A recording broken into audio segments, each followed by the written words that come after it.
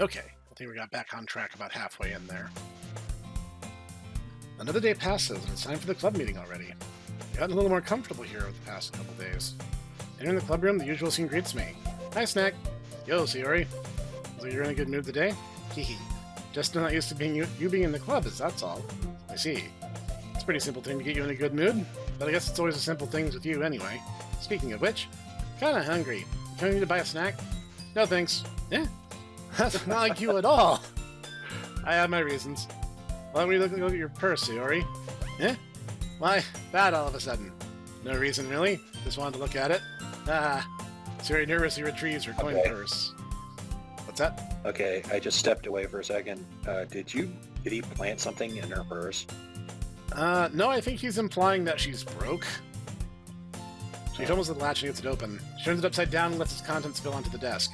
2 small coins fall out. Ha! I knew it. I can see right through you, Sayori. That's not fair. How'd you even know? It's simple. If you had enough money in the first place, you would have bought a snack before coming to the club room. So either way, you're not hungry and wanted an excuse to take a walk, or you plan to conveniently forget that you spent all of your money so that I would lend you some. But there's one more thing. You're always hungry. And so that only leaves one option. Ah! I give up. Don't make me feel guilty. If you feel guilty, that means you deserve to feel guilty. Yuri suddenly giggles. Eh? I didn't know she was listening in. Her face is in her book, as always. Ah, I wasn't listening or anything. Just something in my book. Yuri, tell Snek to let me borrow some money. Don't get me involved like that, Sayori. Besides, you should only buy what you can responsibly afford. And frankly, after pulling a mischievous little stunt like that, your suffering is fair enough retribution. Ah, I didn't mean that. I had to absorb in my book. Oh. I really like it when you speak your mind, Yuri. Doesn't happen much, but it's a fun side of you. There's no way you could think that. You're right, though. I did something bad, and now I have to accept the revolution. Retribution. That. Still, coming from you, Sayori, I guess there's a little devil inside all of us, isn't there? Hehe. Don't let her fool you. Sayori knows exactly what she's doing. After all, she told you guys she was bringing me to the club before she even told me. But you wouldn't have come if it weren't for the cupcakes.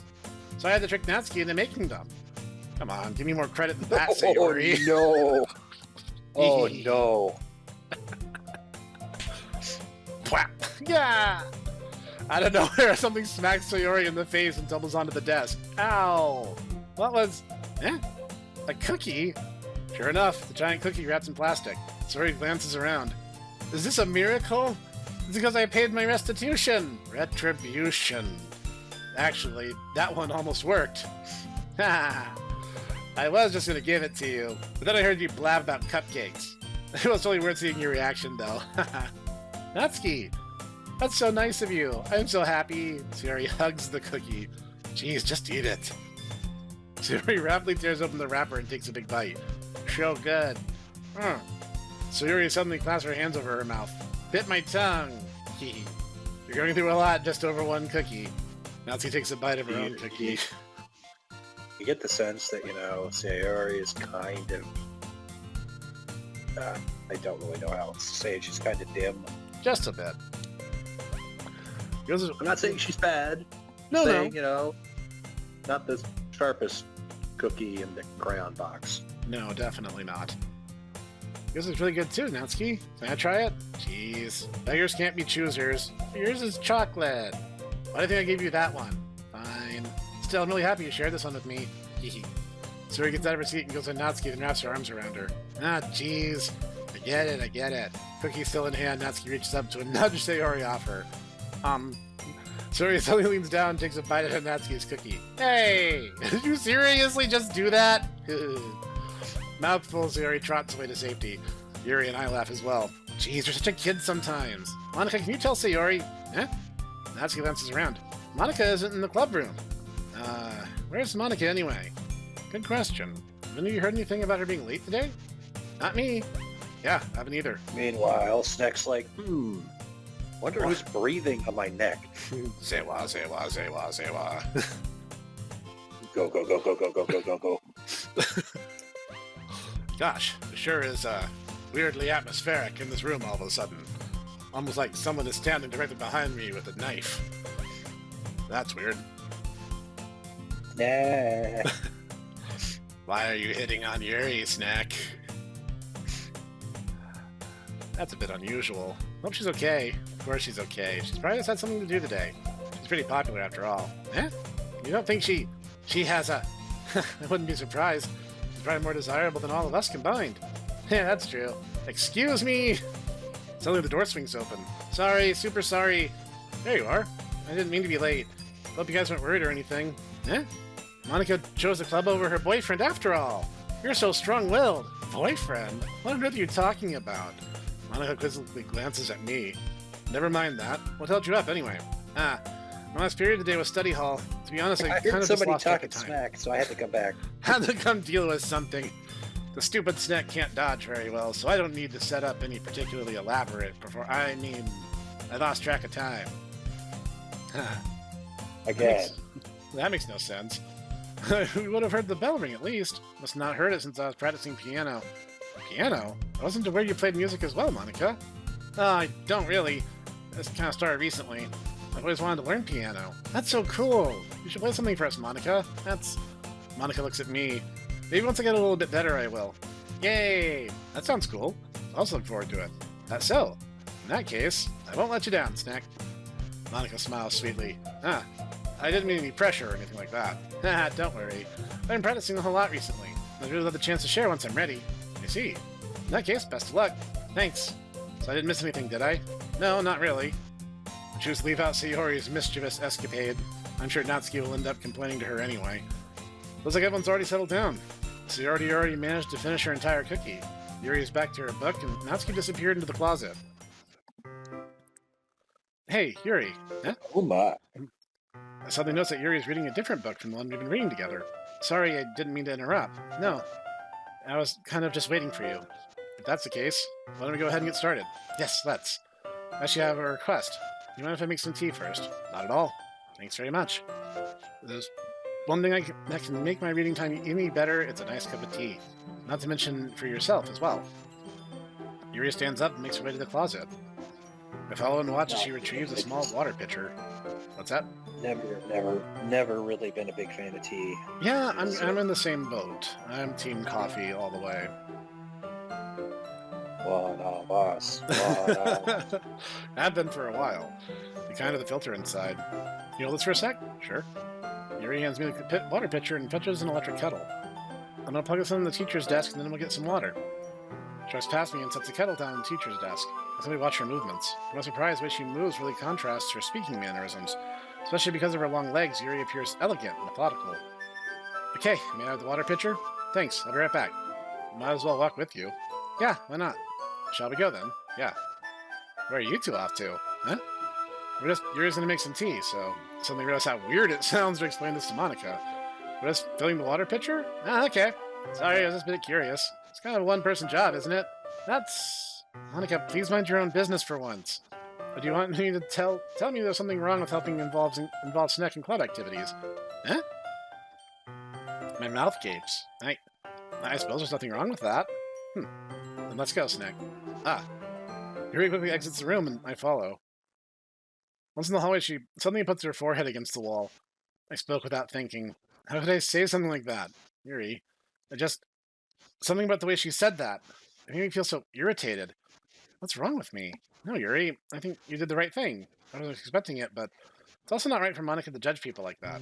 Snek, how come even when I do something bad, you're being nice to me? Because nothing you do is as bad as you make it seem in your head. Nobody's perfect. We have emotions, and we can't always hide them away. But you always amplify things in your head. Your mind turns a light rain shower into a hurricane. No. Wouldn't you hate me for something as terrible as that? Why would I hate you? You can't hate someone for having emotions. What kind of friend would do that? Friend, you say. Yuri lifts her head. Snek, I really like being friends with you. Thanks, Yuri. I like being friends with you, too. Feel kind of awkward saying something like that. I'm doing my best to help Yuri feel better. Anyway, yeah. Shall we go? Yeah. Yuri and I walk to the nearest water fountain. Once we filled the water pitcher, we return to the classroom. Snek, do you like oolong tea? Yeah. Anything is fine. Very well. Yuri says the temperature on the kettle is 200. It's time to get the teapot. You really do this properly, don't you? Of course. I shouldn't do any less when I'm making tea for others, even though I'm not an expert on tea or anything. In that case, I'll be even more impressed. Perhaps I will. Yuri fetches the teapot and begins measuring the tea leaves. To my surprise, she even starts humming a little to herself. You must be in a good mood now. Is that so? I was letting it show. And you noticed. I was doing a bit of thinking. I decided that I'll try expressing myself a little bit more. It turns out it's not very hard for me to do. When it's you who's around, anyway. Ah, that's great, Yuri. Just don't push yourself too much. You're always worrying about me, Snek. It's very endearing. Yuri wasn't kidding. I don't even know if I can keep up with this. I'll let Yuri pour a cup of tea for each of us. Snek, I have another request. Do you mind if we sit on the floor today? Why's that? It's a little bit easier on my back. I can read with my back against the wall rather than bending over at my desk. Ah, I didn't realize. No worries. I just have back pain fairly regularly, so I do my best to manage it. That's so. I wonder why that is. It's most likely because your posture, right? Always hunched over like that while reading. Yes! I have terrible reading posture. That is why we should sit on the floor.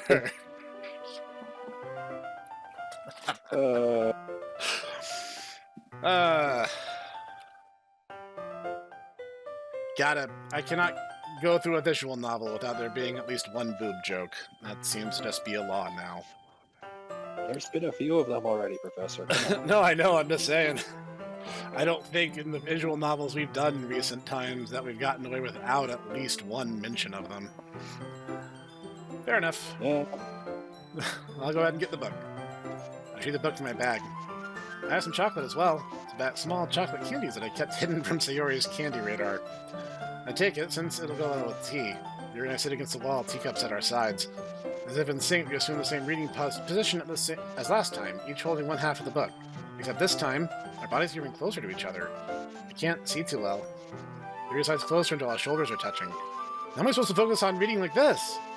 Yuri was always kind of cute, but when she's being less apprehensive, it's almost more than I can handle. Your teacup. Your hand's in my teacup.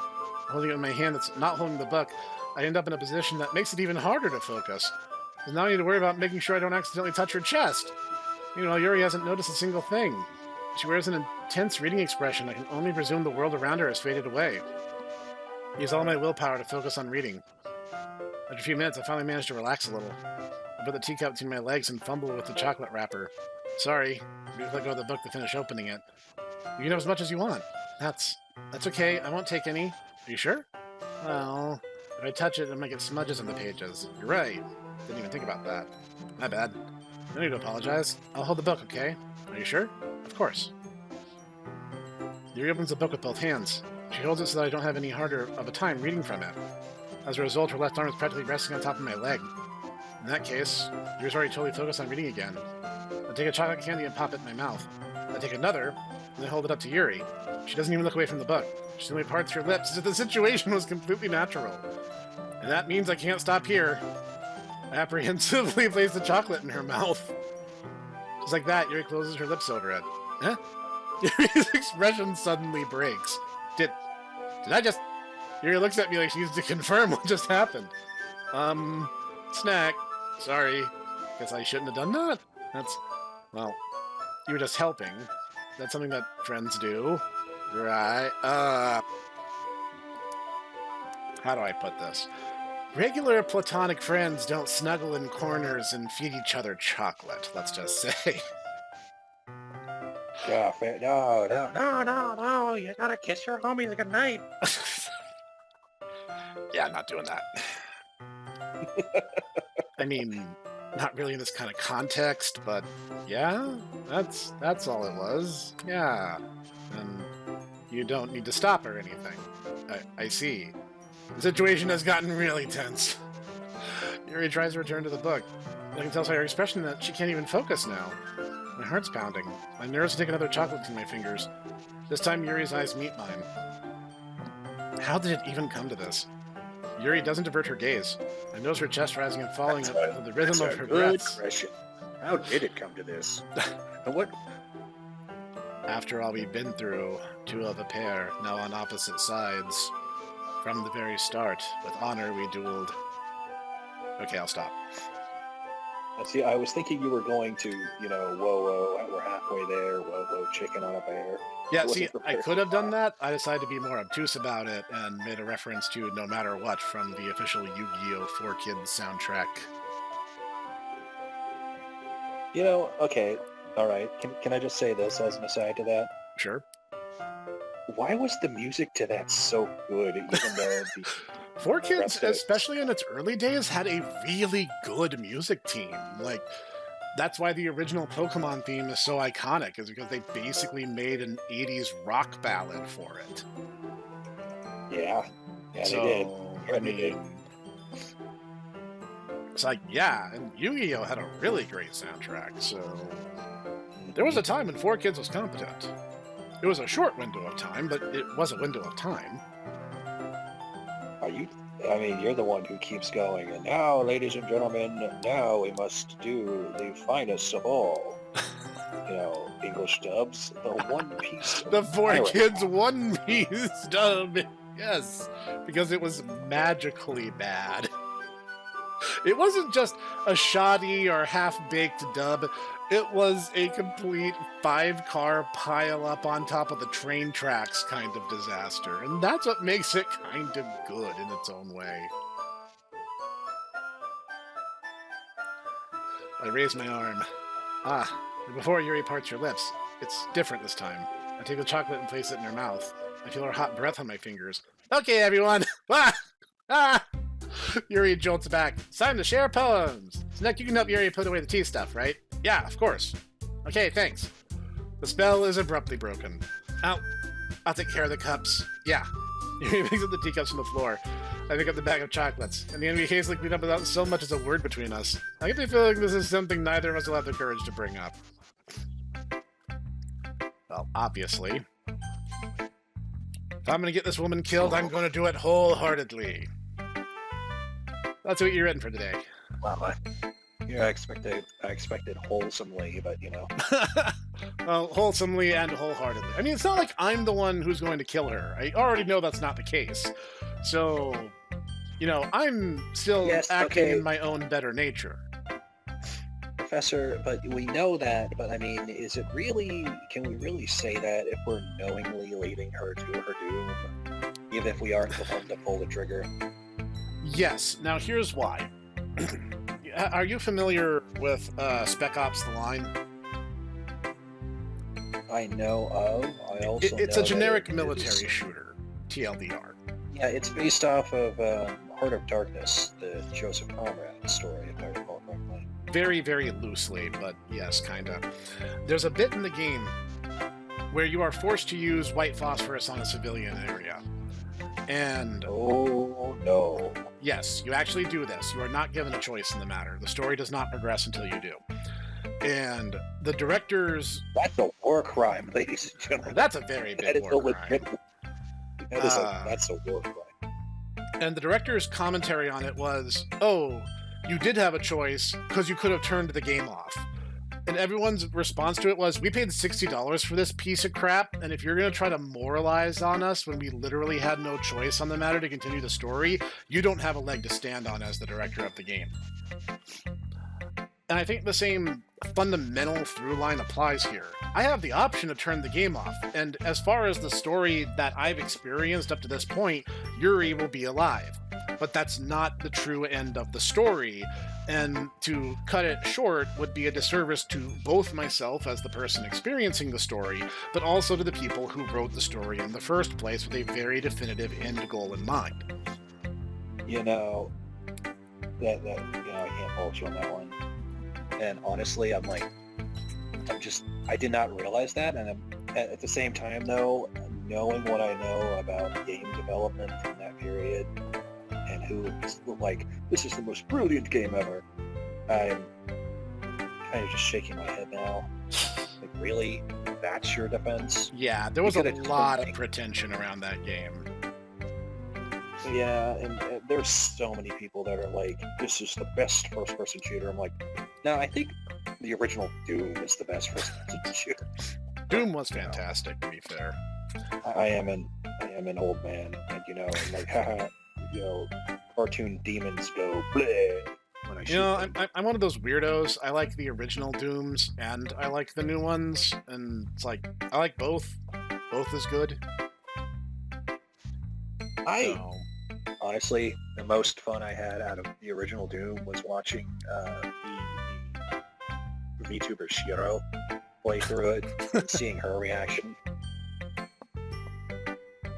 yeah, So, that's Doom good. Eternal, Doom Eternal I've been told is really good, but like my experience watching you play through it, I'm just like, man, okay, so this is the end of this room, right?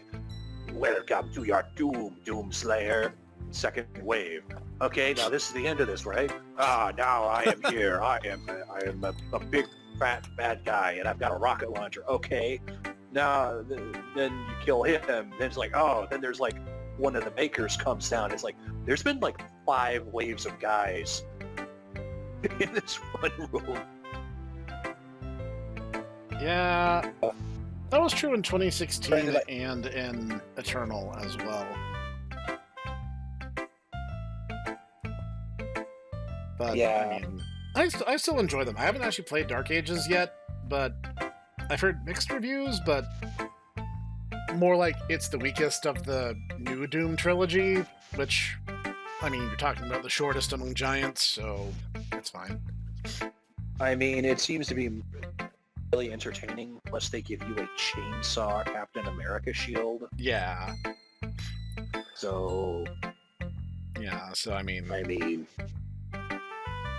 you can't see it. I'm kind of shrugging. yeah, I mean, I kind of am too. I mean, it also fills in some of the lore from when Doomslayer was with the Night Sentinels, so, like, that's cool.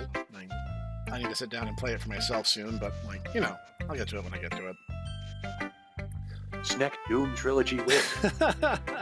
Snek plays every Doom game. Wouldn't even be that hard. I mean, you gotta basically, play like, Doom 3. You that's gotta play true. Doom 3, Professor. If I'm allowed the flashlight duct tape mod, I would at least give it a try. You know what? I would allow you to even just play it, but then instead of playing it, you played System Shock 2, and you're like, man, this sure has changed. I basically have to play like System Shock 2 and Half-Life, and you basically played Doom 3. You're like, man, this game is really weird. I don't know why everyone's calling me Dr. Freeman all of a sudden. Well, that sure is odd, but it's probably fun. You know, I understand, but id was going through a bunch of things at this point. It's all right. You know, let's power through this. It's probably okay. Yuri stares at the poem with a surprised expression on her face. Do you like it? Snek, this one might be even better than yesterday's. How did you even pick up on this so quickly? Just yesterday I was telling you the kind of techniques worth practicing. Maybe that's why. You did a good job explaining it. I am a noticer of patterns. Snek says it gives me no end of trouble. It's caused me trouble in the past, but let's just say that once it's like Pringles. Once you pop, you just can't stop. I really wanted to try giving it more imagery. Yuri visibly swallows. Even her hands appear sweaty. I'm not used to this. Used to what? I don't know. It's fine. Take your time. Yuri breathes and collects her thoughts. Sweaty palms, mom's spaghetti. I know that Yuri likes to think before she speaks, so I offer that patience to her. Yeah, just being appreciated like this, I guess. Probably gonna sound really stupid, but seeing someone motivated by my writing, it just makes me really happy. Are you saying you've never shared your writing before? Yuri nods. Really? I don't believe it. I only write for myself. And besides, people would just laugh at me. Do you really think that? Again, Yuri nods. Huh. Oh Even your man, close friends? oh man, she's just like me, FR. Oh man. Yuri doesn't respond to that. I wonder why. Anyway, do you want to share the poem you wrote today? Yeah, I do. If it's with you. The Raccoon. Oh, that's cute. It happened in the dead of night while I was slicing bread for a guilty snack. My attention was caught by the scuttering of a raccoon outside my window. That was, I believe, the first time I noticed my strange tendencies as an ordinary human. I gave the raccoon a piece of bread, my subconscious well aware of the consequences, well aware that a raccoon that is fed will always come back for more. The enticing beauty of my cutting knife was the symptom.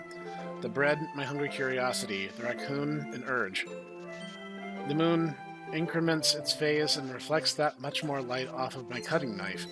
The very same light that glistens in the eyes of my raccoon friend. I slice the bread, fresh and soft. The raccoon becomes excited. Or perhaps I'm merely projecting my emotions onto the newly satisfied animal.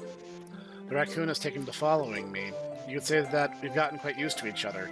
The raccoon becomes hungry more and more frequently, so my bread is always handy. Every time I brandish my cutting knife, the raccoon shows me its excitement. A rush of blood, classic Pavlovian conditioning. I slice the bread, and I feed myself again. Are you calling me a raccoon, Yuri? Oh no. Um, Oh no. I was a little more daring with this one than yesterday's. I can see that. Yes. It's a lot more Yes. metaphorical. Also, yes, there's a lot of metaphors going on here. Metaphors I'm not really enamored with, shall we say. Yeah, I was about to say, these metaphors seem, how do I put this? Like you're flirting with danger? Well, okay, the thing that stands out to me now is the fact that the stereotypical yandere weapon Is a is knife. a kitchen. Yes. And they're talking about rush of blood while wielding a knife, which brings an automatic response. Yeah. I don't know if it's my fault, but I can't begin to imagine what this poem's about. That's right. It's a bit closer to my preferred writing style. Using the It poem is as a... a mystery. It is. Using the poem as a canvas to express vivid imagery and conveying emotions through them. Yeah, if I take it at face value, then I can't even figure out what it's supposed to mean. Well, I think it's something that different people can relate to in their own way. I want to express the way it feels for me to indulge in my more unusual hobbies. It's those sorts of things I'm usually forced to keep to myself. So sometimes I enjoy writing about My them. more unusual hobbies of cutting bread for late night snacks. Why do you keep them to yourself? Because they're That's right. embarrassing. I love carbohydrates. Oh, baby, we can make this work all right. People would make fun of me. Don't you have anything like that, Snek? Well, yeah, I guess I do. I feel like everyone has a little something like that. Best we can do is respect each other and our individualities. Even if it's difficult sometimes and some things make us uncomfortable. After all, if I hadn't learned to embrace my own weirdness, I would probably hate myself. I might be ranting a little bit now. But I'm glad you're a good listener. You're good at a lot of things. Writing, listening. There really aren't many people like you, Snek. That's exaggerating a little bit. Just how I feel. I never thought I'd feel so comfortable sharing my writing. Now I almost feel like I look forward to it. Just a really nice feeling. And you're to thank for that. It's nothing, really. Yuri smiles sincerely at me. For just a moment, her timidness seems to disappear. Alright, are we going for your waifu now, Itaku? Yeah, let's do that. Hey, hold on. You can't just say things out loud like that. You said it out loud before I did. No, I not to the people. To you, yes, not to the pupil. No. We'll have to review the recording, but okay. Hi again, Snek. How's the writing going? Alright, I guess. I'll take that. Well, it's not going to be bad. I'm happy that you're applying yourself. Maybe soon you'll come up with a masterpiece. Wouldn't count on that. You never know.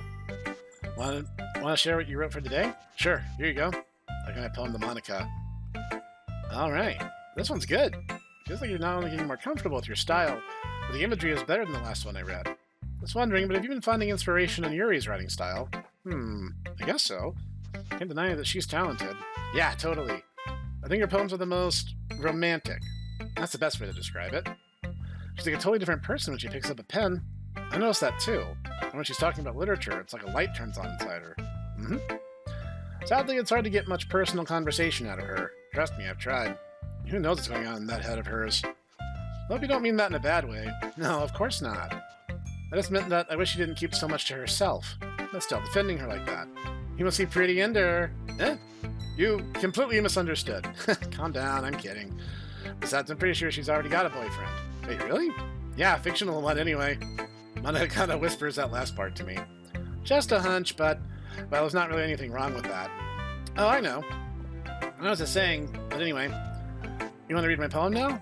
I like the way this one turned out, so I hope you do too. Alright, let's take a look. Save me. The colors, they won't stop. Bright, beautiful colors. Flashing, expanding, piercing. Red, green, blue. An endless cacophony of meaningless noise. The noise that won't stop. violent grating waveforms, squeaking, screeching, piercing, sine, cosine, tangent, like playing a chalkboard on a turntable, like playing a vinyl on a pizza crust, an endless poem of meaningless load me.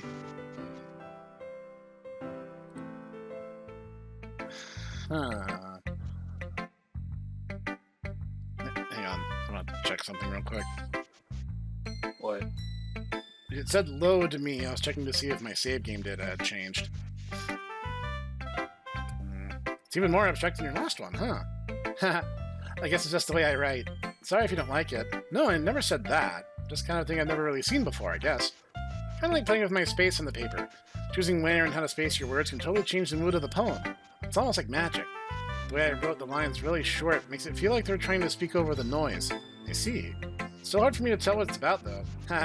Sometimes asking what a poem is about isn't the right question. A poem can be as abstract as a physical expression of a feeling, or a conversation with the reader. Oh. Oh. So putting it that way, not every poem is about something. Anyway. Once again, ladies and gentlemen, sometimes foreshadowing. It's relatively obvious. Here's Monica's writing tip of the day. Sometimes you'll find yourself facing a difficult decision. When that happens, don't forget to save your game. You never know when you might change your mind, or when something unexpected may happen. Wait, is this tip even about writing? What am I even talking about? Haha. That's my advice for today. Thanks for listening. That didn't sound like a veiled threat at all. Nope. Nope. Oh, I like this one, Snek. It has some nice feelings in it. I'm glad. Does that mean it's better than yesterday's? Let me think. I don't know. I guess I like them both. Hehe. That's not very helpful, you know. I'm not very good at figuring out if poems are good or bad. But that's why I just go by my heart. If it makes me feel things, then it must be a good poem. I'm not sure that's exactly how it works. And again, I guess conveying feelings is a pretty important part of the whole thing. Yeah, maybe. Honestly, I don't even know what kind of writing you like in the first place. Yeah, me neither. The entire impetus of the Stormwood drawing school. Why don't you just try giving it some thought? You want to write something for me? That's so sweet. Yeah, right. But you're always thinking about other people. You can think about yourself once in a while. If you don't, you might end up getting hurt at some point. Huh? Well, I don't really know what you mean, but I'll try to keep it in mind. Oh, whatever. Anyway, let's see. I guess I like happy poems. Wait, sometimes I like sad poems too. Sometimes a little bit of both. There's a word for that, right? That's what I'm looking for. Bittersweet. Yeah. I like things that are happy and things that are sad. Happy and sad. I can't see you liking something sad, Sayori. I don't know. I like happy the most, but sometimes you have a little rain cloud over your head. Sad poem can help give the rain cloud a little hug. And make a nice happy rainbow. Sayori, that's unexpectedly poetic. Yeah, it is. Even getting better at expressing my feelings after all. Thanks, Snek. I should go write that down then. You read my poem now, okay? Bottles. I pop off my scalp like the lid of a cookie jar. It's the secret place where I keep all my dreams. Little balls of sunshine all rubbing together like a bundle of kittens. I reach inside with my thumb and forefinger and pluck one out. It's warm and tingly, but there's no time to waste. I put it in a bottle to keep it safe, and I put the bottle on the shelf with all the other bottles. Happy thoughts, happy thoughts, happy thoughts, and bottles all in a row. My collection makes me lots of friends, each bottle a starlight to make amends. Sometimes my friend feels a certain way. Down comes a bottle to save the day. Night after night, more dreams. Friend after friend, more bottles.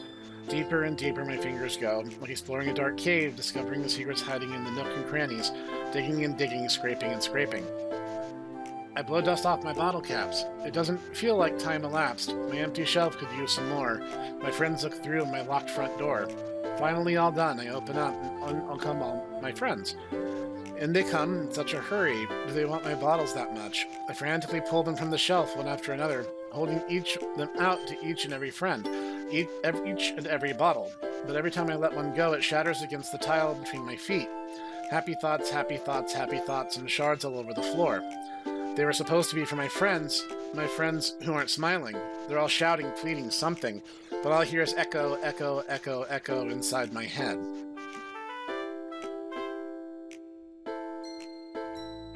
Holy crap. Sayori, did you really write this? Of course I did. Didn't I tell you yesterday I was going to write the best poem ever? Yeah, but I didn't expect something like this coming from you. Monica taught me a whole lot. I've been really in touch with my feelings recently. I see that. It's almost kind of creepy. Creepy? Not exactly. Maybe because I'm so used to you being cheerful. Never mind. I'm thinking too hard about this. Point is, it came out good, so you should be proud of it. Nah, thanks. I feel like I was meant to express myself this way. It even helps me understand my own feelings a little bit better. Writing is like magic. You gotten pretty passionate about this, huh? I hope you keep it up. Yeah. Writing's the best. I'm gonna keep writing until I die. Don't get ahead of yourself. So I always had a habit of getting obsessed with something before dropping it no more than a week later. I wonder if this is one of those times. Seeing the passion in her eyes makes it hard for me to be pessimistic.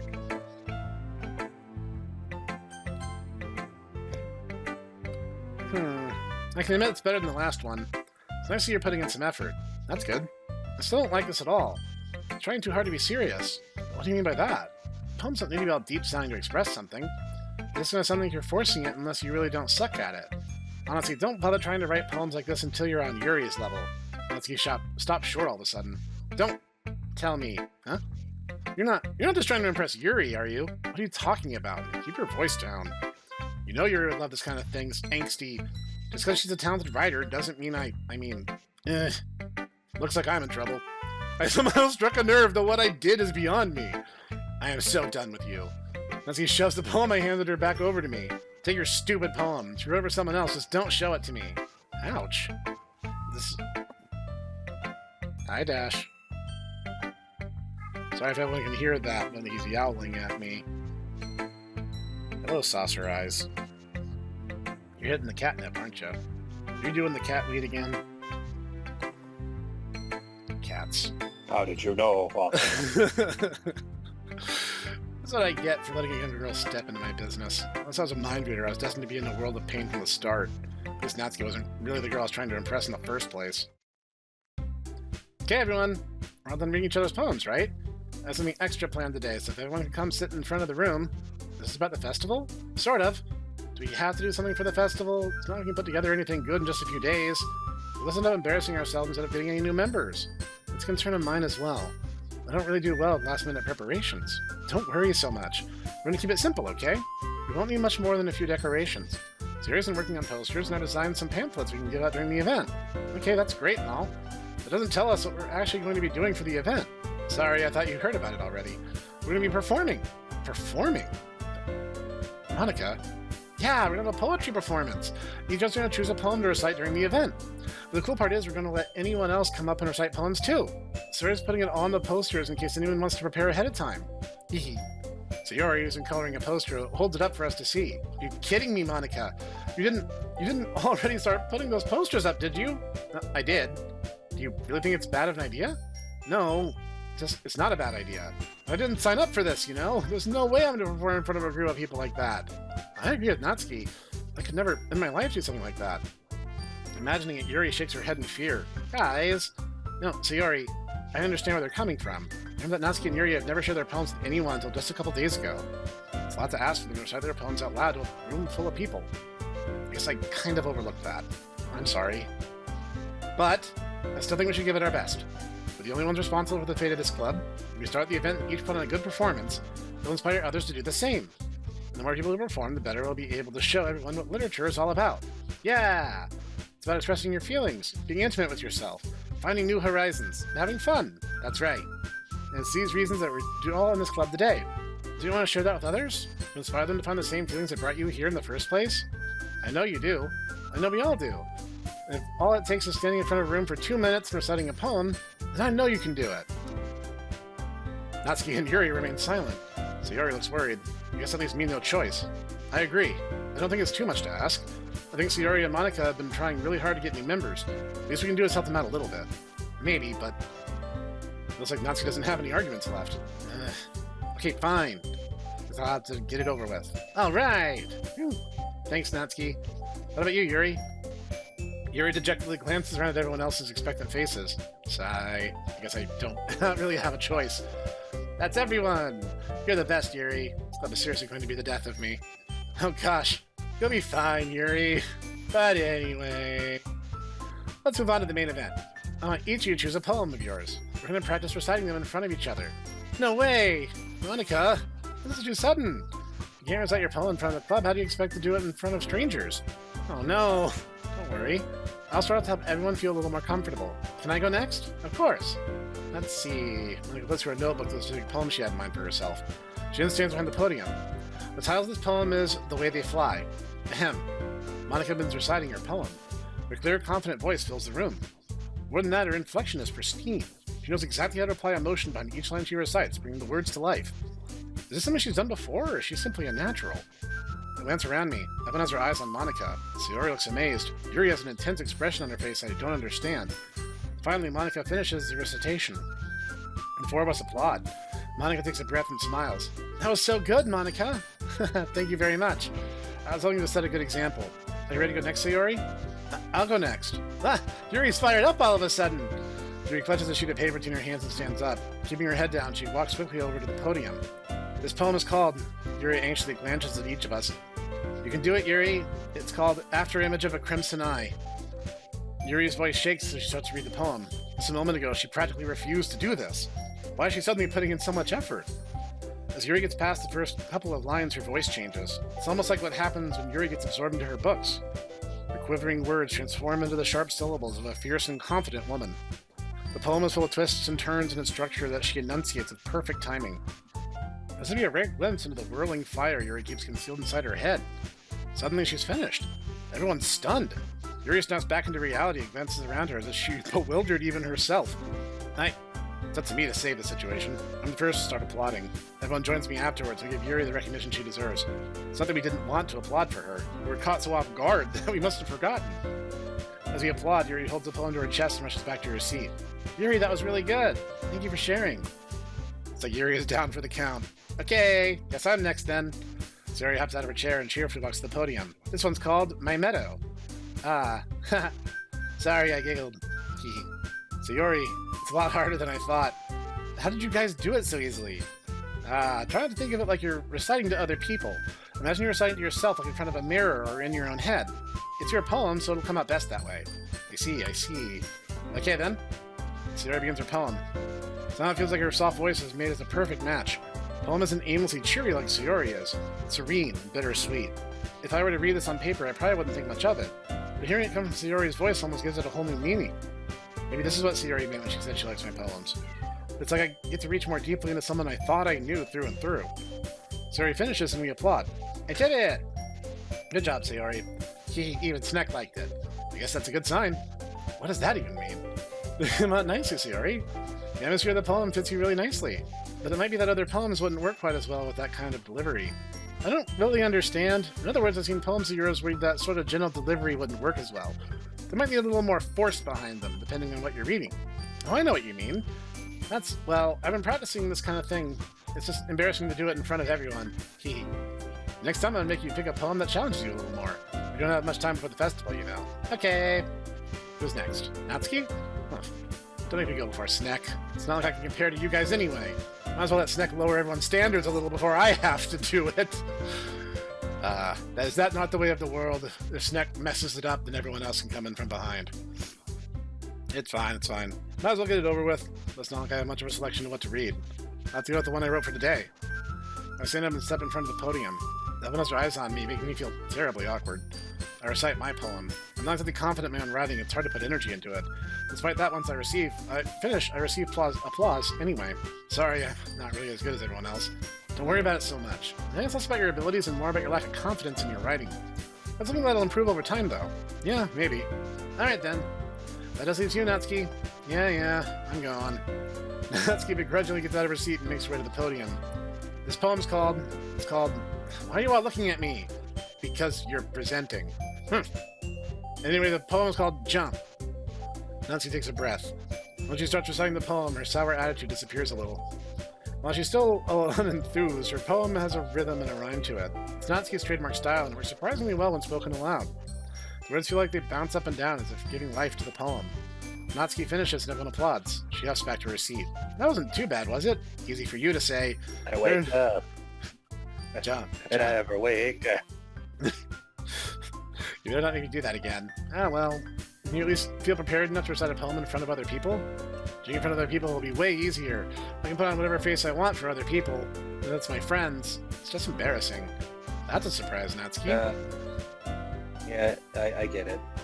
It's the entire thing of, if you do something embarrassing in front of people you don't know, You're never going to see them doesn't again, matter. right? Years.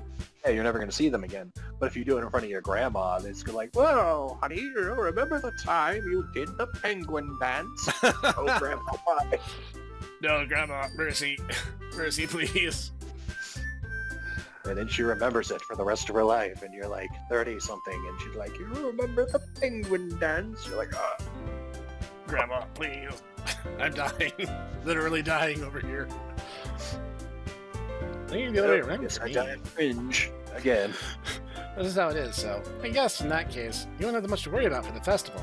That said, I want to thank everyone for coming through. It might be hard, but I hope you all have an idea of what it's like now. Make sure you pick a poem and get enough practice for the festival, okay? I'm making pamphlets. Let me know ahead of time you'll be reciting. Jeez. Should probably find some other poem to recite instead. That's fine too. It doesn't have to be your own. I'm already pleasantly surprised that you're putting in all this effort for the club. Makes me really happy. Yeah, no problem. Okay, everyone. I think that's about it for today. I know the festival's coming up. Let's try to write poems for tomorrow as well. It's been working out really nicely so far, so I'd like to continue that. As for the festival, we'll finish planning tomorrow, and then we'll have the weekend to prepare. Monday's the big day. Can't wait. I can do this. I can do this. All right. I stand up. There's no way I'll be able to find the same enthusiasm as Sayori and Monica, but I do my best to go through it. If it's for the sake of the club and impressing Monica, then I'll have to do my best. Ready to go, Sayori? Yep. Look at you two always going together home together like that. It's kind of adorable, isn't it? Hee. Jeez, guys, don't make such a big deal out of it. Must be a little nice, though. Well, how am I supposed to respond to that? It's okay, Snek, you don't have to say it. Whatever, let's go already. I'll come to Sayori once more. Even though it's only been a few days, a lot of things have already changed. Today, Sayori's been a little quieter than usual on the way home. Hey, Sayori. Sorry, I was spacing out. No wonder. I was thinking about something from earlier. I like how we get to... Sayori fumbles with her words. Let's say that one day Yuri asked to walk home with you. Huh? What would you do? What kind of question's that? You're kind of putting me on the spot there. Right, let's save.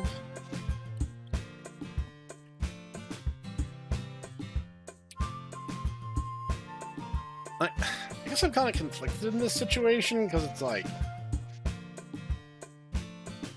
Yuri is my favorite, but like walking home with Sayori is the tradition. And it's not like I suddenly like her less. You know, she will always be third place in my heart. Look, that's never going to change.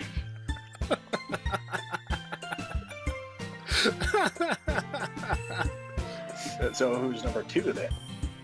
Probably Monica. You two understand the appeal of crazy. Bro, you more than most people should know that my experiences with crazy. Yeah. I'd feel ill at ease if I didn't have the crazy in my life.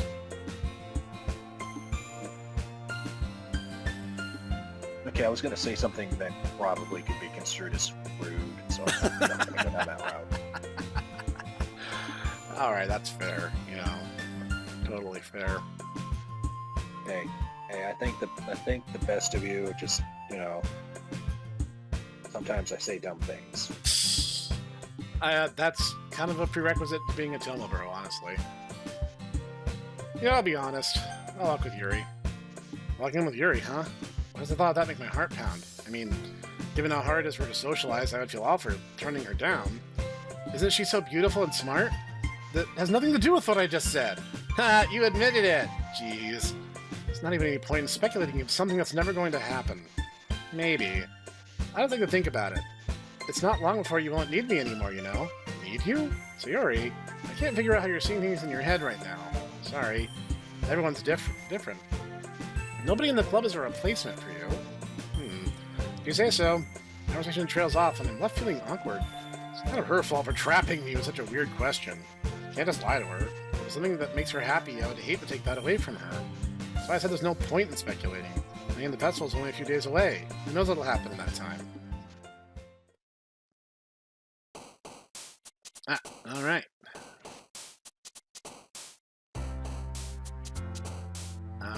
frightening. We've gotten some of these before. Heaven Sent. I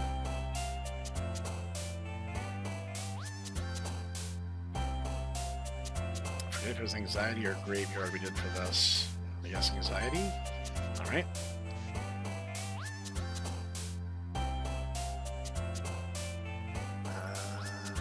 Forget if we chose Rose or again for that. I really should be like taking notes, but I kind of feel like that's cheating a tiny bit.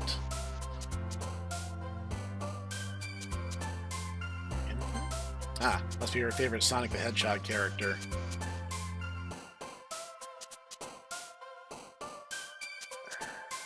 Entropy?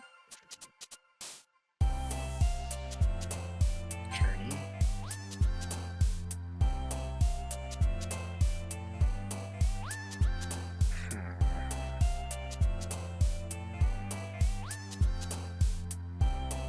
Thinking Disarray or Promise? Maybe Insight? I'll try Insight.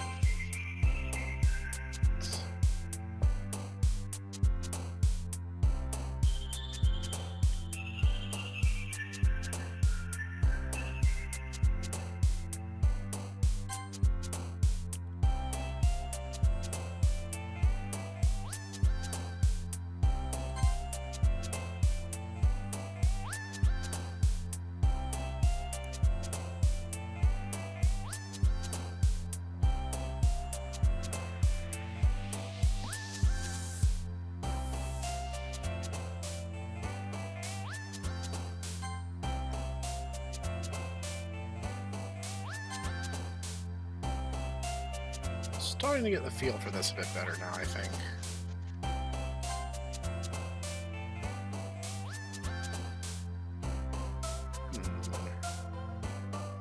Memories, maybe?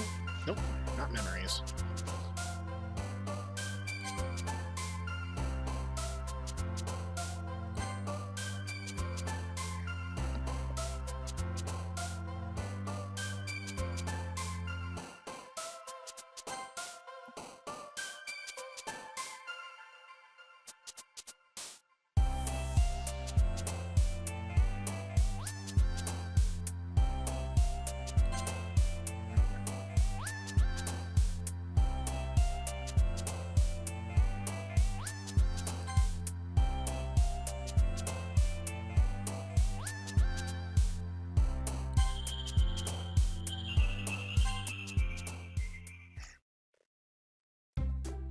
Ah, man. I'm the last one here again. Don't worry, I just walked in too. Are you practicing piano again? Yeah. You must have a lot of determination. Starting this club and not picking up piano. No, maybe not determination. I guess passion. Remember that the club wouldn't be here if it wasn't for all of you. And I'm super happy that you're all willing to help out for the festival too. Can't wait for the festival. It's gonna be great. Eh? Were you complaining about it just yesterday, Natsuki? Well, yeah. I'm not talking about our part of the festival. It's a whole day of school where we get to play and eat all kinds of delicious food. Sounded a bit like Sayori all of a sudden. Monica, do they usually have fried squid? Squid? That's a pretty specific thing to look forward to. Like, come on. You're saying you don't like squid? You of all people. I didn't say I don't like it. Besides, what do you mean by you of all people? Because it's right in your name. Monica. Eh? That's not how you say my name at all. That joke makes no sense in translation. Womp womp. Never mind. Let's just focus on our own event for now, okay? Fine, fine. Your reactions aren't as fun as Sayori's with Sayori's anyway. Excuse me? Where is Sayori anyway? Oh, there you are. Sayori's sitting at a desk in the corner of the room looking down at nothing. I walk over to her. Hey, Sayori? I have my hand in front of her face. Huh? You're spacing out again. Ah. Sorry. Don't mind me. You can go talk to everyone else. Huh? Is everything alright? Of course. Why wouldn't it be? This feels like you're a little off. Sorry for assuming things. Geez, you worry too much about me. I'm fine, see? Sayori shows me a big smile. Don't let me distract you from having fun with everyone. Alright, if you say so. I worriedly glance at Sayori before turning back toward everyone else. Conversation's already dispersed, everyone back at their usual activities. Maybe I should ask Monica if she's noticed anything about Sayori recently. Since they've been preparing for the festival, they must have been spending a lot of time together. I timidly approached Monica, shuffling through some papers at her desk. Snek, what's up? Might sound a little strange, but have you noticed anything up with Sayori recently? Anything up with her? In what way do you mean? Maybe I'm reading a little too much into it, but she seems a bit downcast today. You think so? I can't say I've noticed anything about her. Monica peers across the room at Sayori, who's idly dragging a rubber eraser up and down her desk. Maybe there is something on her mind. I'm surprised I'm not the one asking you, Snek. You certainly know her a lot better than I do. Yeah, but she's never really like this.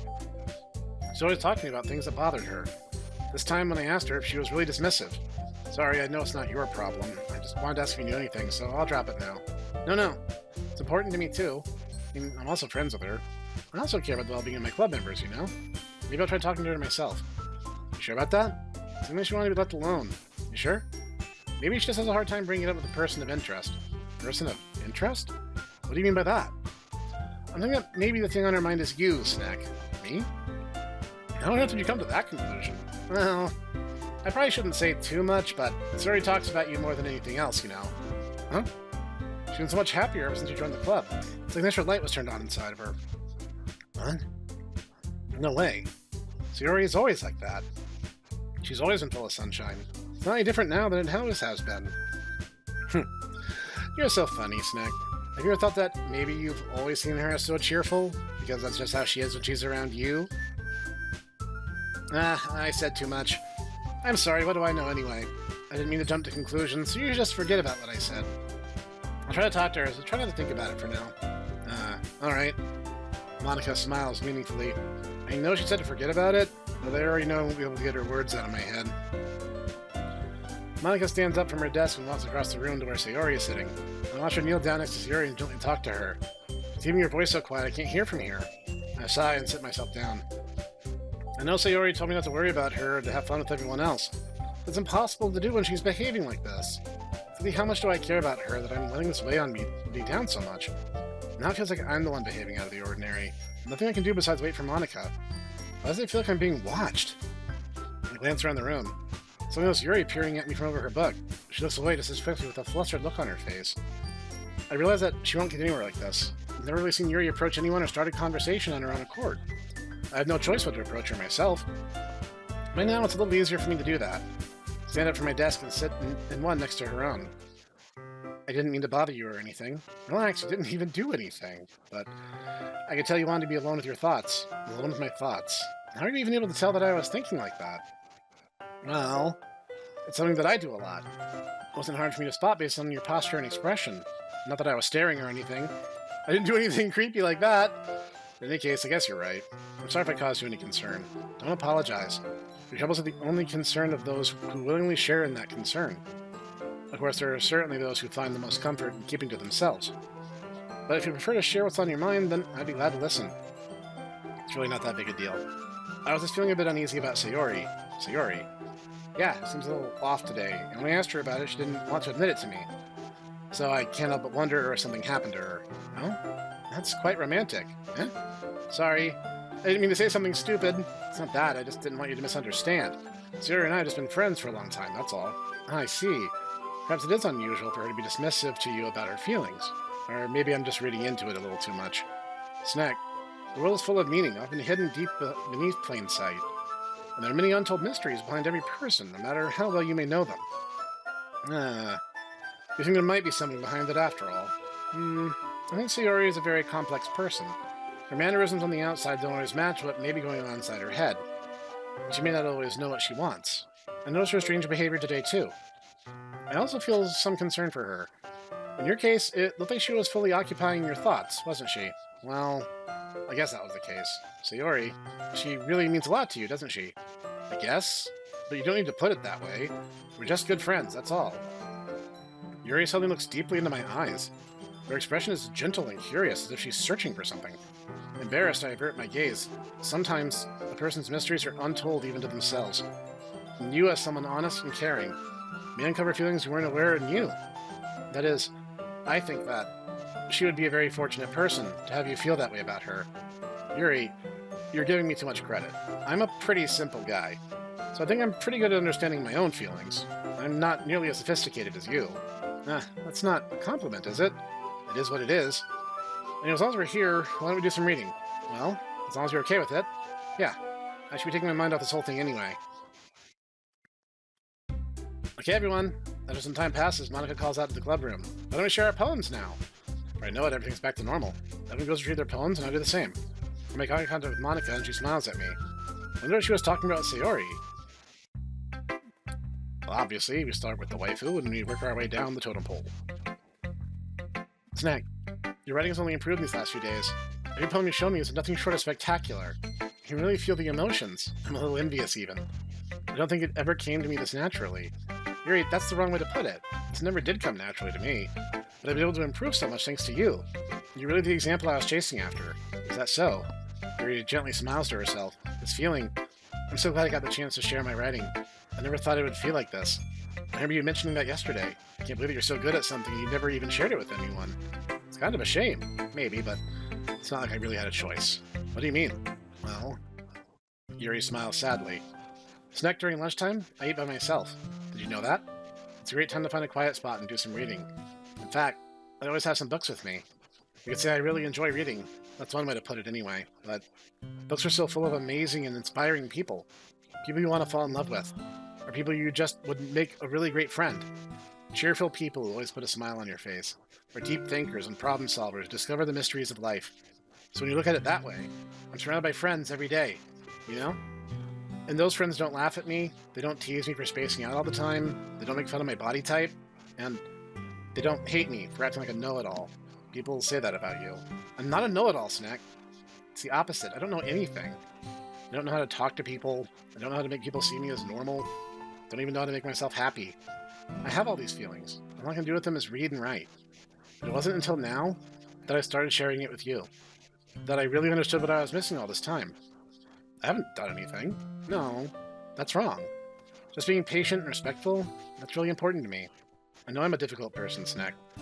I speak too slowly, I second-guess myself all the time, I read too deeply into things, but every time, you've always treated me just like anyone else. It's so rare that I feel comfortable with myself when I talk to others. That's why every time I talk to you, I just feel really happy.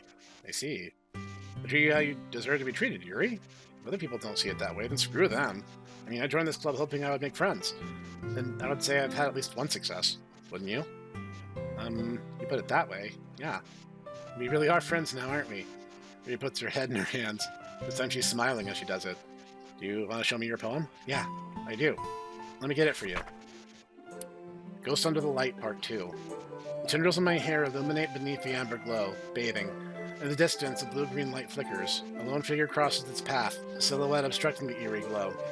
My heart pounds, the silhouette grows, closer, closer. I open my umbrella, casting a shadow to shield me from visibility, but I am too late. He steps into the streetlight. I gasp and drop my umbrella. The light flickers. My heart pounds. He raises his arm. Time stops. The only indication of movement is the amber light flickering against his outstretched arm. The flickering light is in rhythm with the pounding of my heart, teasing me for succumbing to this forbidden emotion. Have you ever heard of a ghost feeling warmth before?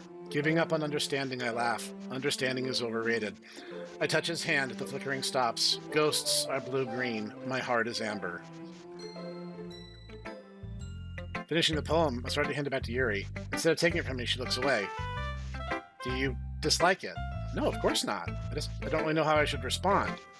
Despite Yuri's poems usually being cryptic, it wasn't hard to figure out what this one was about. I don't know if I'll be able to explain this one. That's fine. I understand this one. You're just having an even harder time speaking than usual. Does this one mean a lot to you?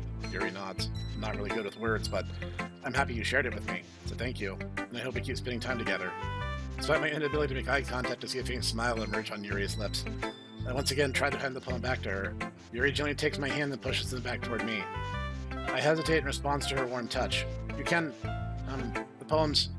Once again, Yuri fails to form complete sentences. You mean I can keep it? Yuri nods. I'd love to. Yuri faintly smiles as she doesn't want me to notice. You always make me feel nice. I know I'm not good at people, but I hope that I can return the favor sometimes. Yeah, don't worry. I think you do a good job.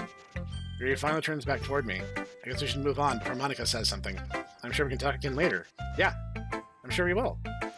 With that, Yuri timidly smiles at me and I return to my seat so I can put her poem away.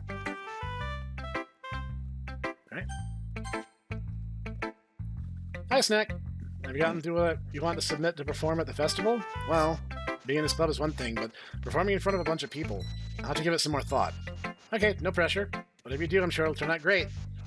It'll also make me happy to see. Ha! Anyway, let's take a look at today's poem. Sure. That's wild. That's crazy, right? I let Monica take the poem and holding it in my hands. Your style's gotten so refined, Snek. Yuri's been teaching you a lot of things, hasn't she? Well, I guess so. Yeah, I've been noticing how much time you spend with her. I think I've heard her say more words these past couple days than she's talked in the whole year. Not sure how you did it. That's pretty impressive. Well, she just needs some patience and a way to talk about all the things in her head, I guess. I'm still getting the hang of it myself. You're certainly putting in a lot of effort. You must really like her. That's... It's awfully suspicious, you know. Spending time with her in the club room every day, reading that edgy novel with her. Well, I just feel bad that she has a hard time socializing. At least I want to make sure she doesn't spend all her time alone. Besides, novel isn't too bad either, you know. Alright. I get you. Just be careful, alright? I know that Yuri isn't used to opening herself up, so if something bad happens while she's vulnerable, it could be really hard for her. Her books aren't a total escape from reality. They're just a bandage. You say that like I'm gonna hurt her. Sorry, I didn't really mean that. If anything, she might accidentally hurt herself. Anyway, I'll share my poem with you now, alright? Yeah, alright. The Lady Who Knows Everything. An old tale tells of a lady who wanders Earth, a lady who knows everything, a beautiful lady who has found every answer, all meaning, all purpose, and all that was ever sought, and here I am, a feather. Lost adrift in the sky, victim of currents of the wind. Day after day I search with little hope, knowing legends don't exist. When all else has failed me, when all others have turned away, the legend is all that remains, the last dim star glimmering in the twilight sky. Until one day, the wind ceases to blow. I fall and fall even more, gentle as a feather, a dry quill, expressionless. A hand catches me between the thumb and forefinger, the hand of a beautiful lady. I look at her eyes and find no end to her gaze. The lady who knows everything knows what I am thinking. Before I can speak, she responds in a hollow voice. I have found every answer, all of which amount to nothing. There is no meaning, there is no purpose. We seek only the impossible. I am not your legend does not exist. And with a breath, she blows me back afloat, and I pick up a gust of wind. You know, I feel like running and looking for answers for all sorts of things that give life meaning. Not to get too philosophical or anything, but it's kind of on my mind, so that's what I wrote about. I see. I really put much thought into it. In a way, it's almost paradoxical, because if we had all the answers, wouldn't the world start to lose its meaning? You know, it's one thing I noticed. It seems like everyone in the club prefers writing about things that are more sad than happy. Are you surprised? If everything was okay, we wouldn't really have anything to write about, would we? Humans aren't two-dimensional creatures. I think you'd know that better than anyone. You mean I'm one-dimensional? Yeah, that. Anyway, here's Monica's writing tip of the day. Are you ever too shy to share your writing because you're afraid it's not that good? It can be really disheartening to get a lukewarm response to something you put so much into. But if you find other people who enjoy writing, then sharing becomes a lot easier. Because instead of just telling you that your writing is good or okay or bad, they'll want to focus more on everything that went into it and the things you can work on. It's much more encouraging that way, and it'll make you want to continue improving. It's almost like having your own little literature club, don't you think? That's my advice for today. Thanks for listening. Ain't that the truth?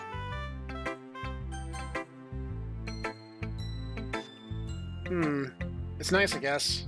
Come on, I can already tell you don't like it. No, you don't need to worry about what I think. After all, you wrote this for someone else, didn't you? Probably Yuri. I didn't write this for anyone specifically. Maybe. It's not really what I meant, though. It's okay. You're making new friends just like I was hoping. That makes me really happy. And you're happy too, right? In this club? Well, of course I am. Good.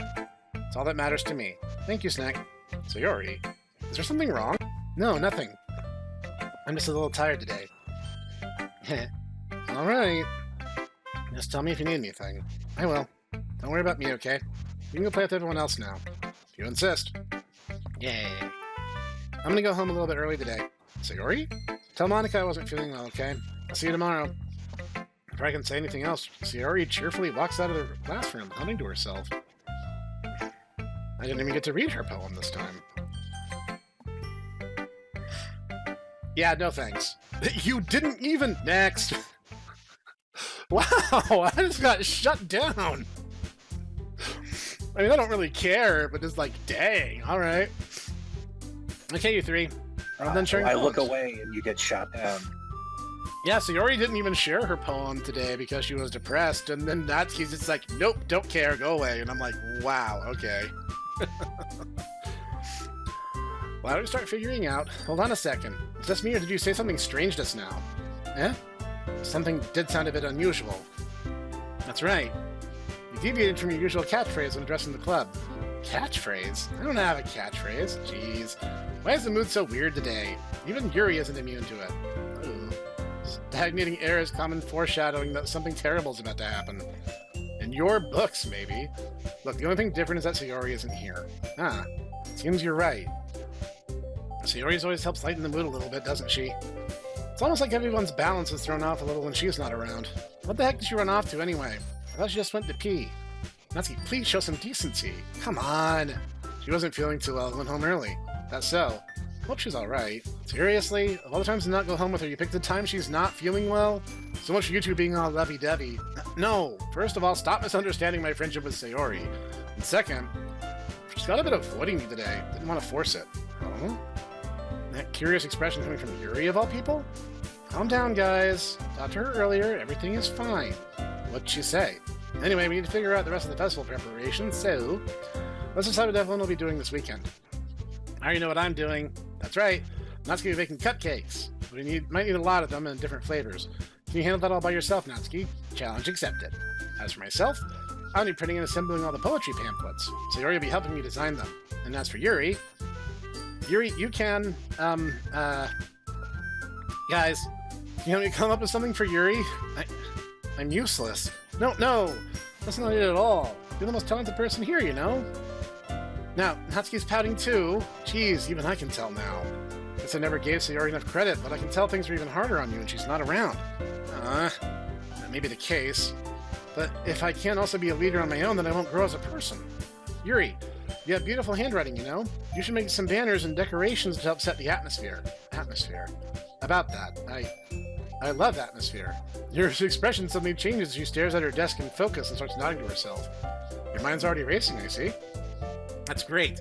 It'd be a wonderful help, Yuri. Anyway, that just leaves you, Snek.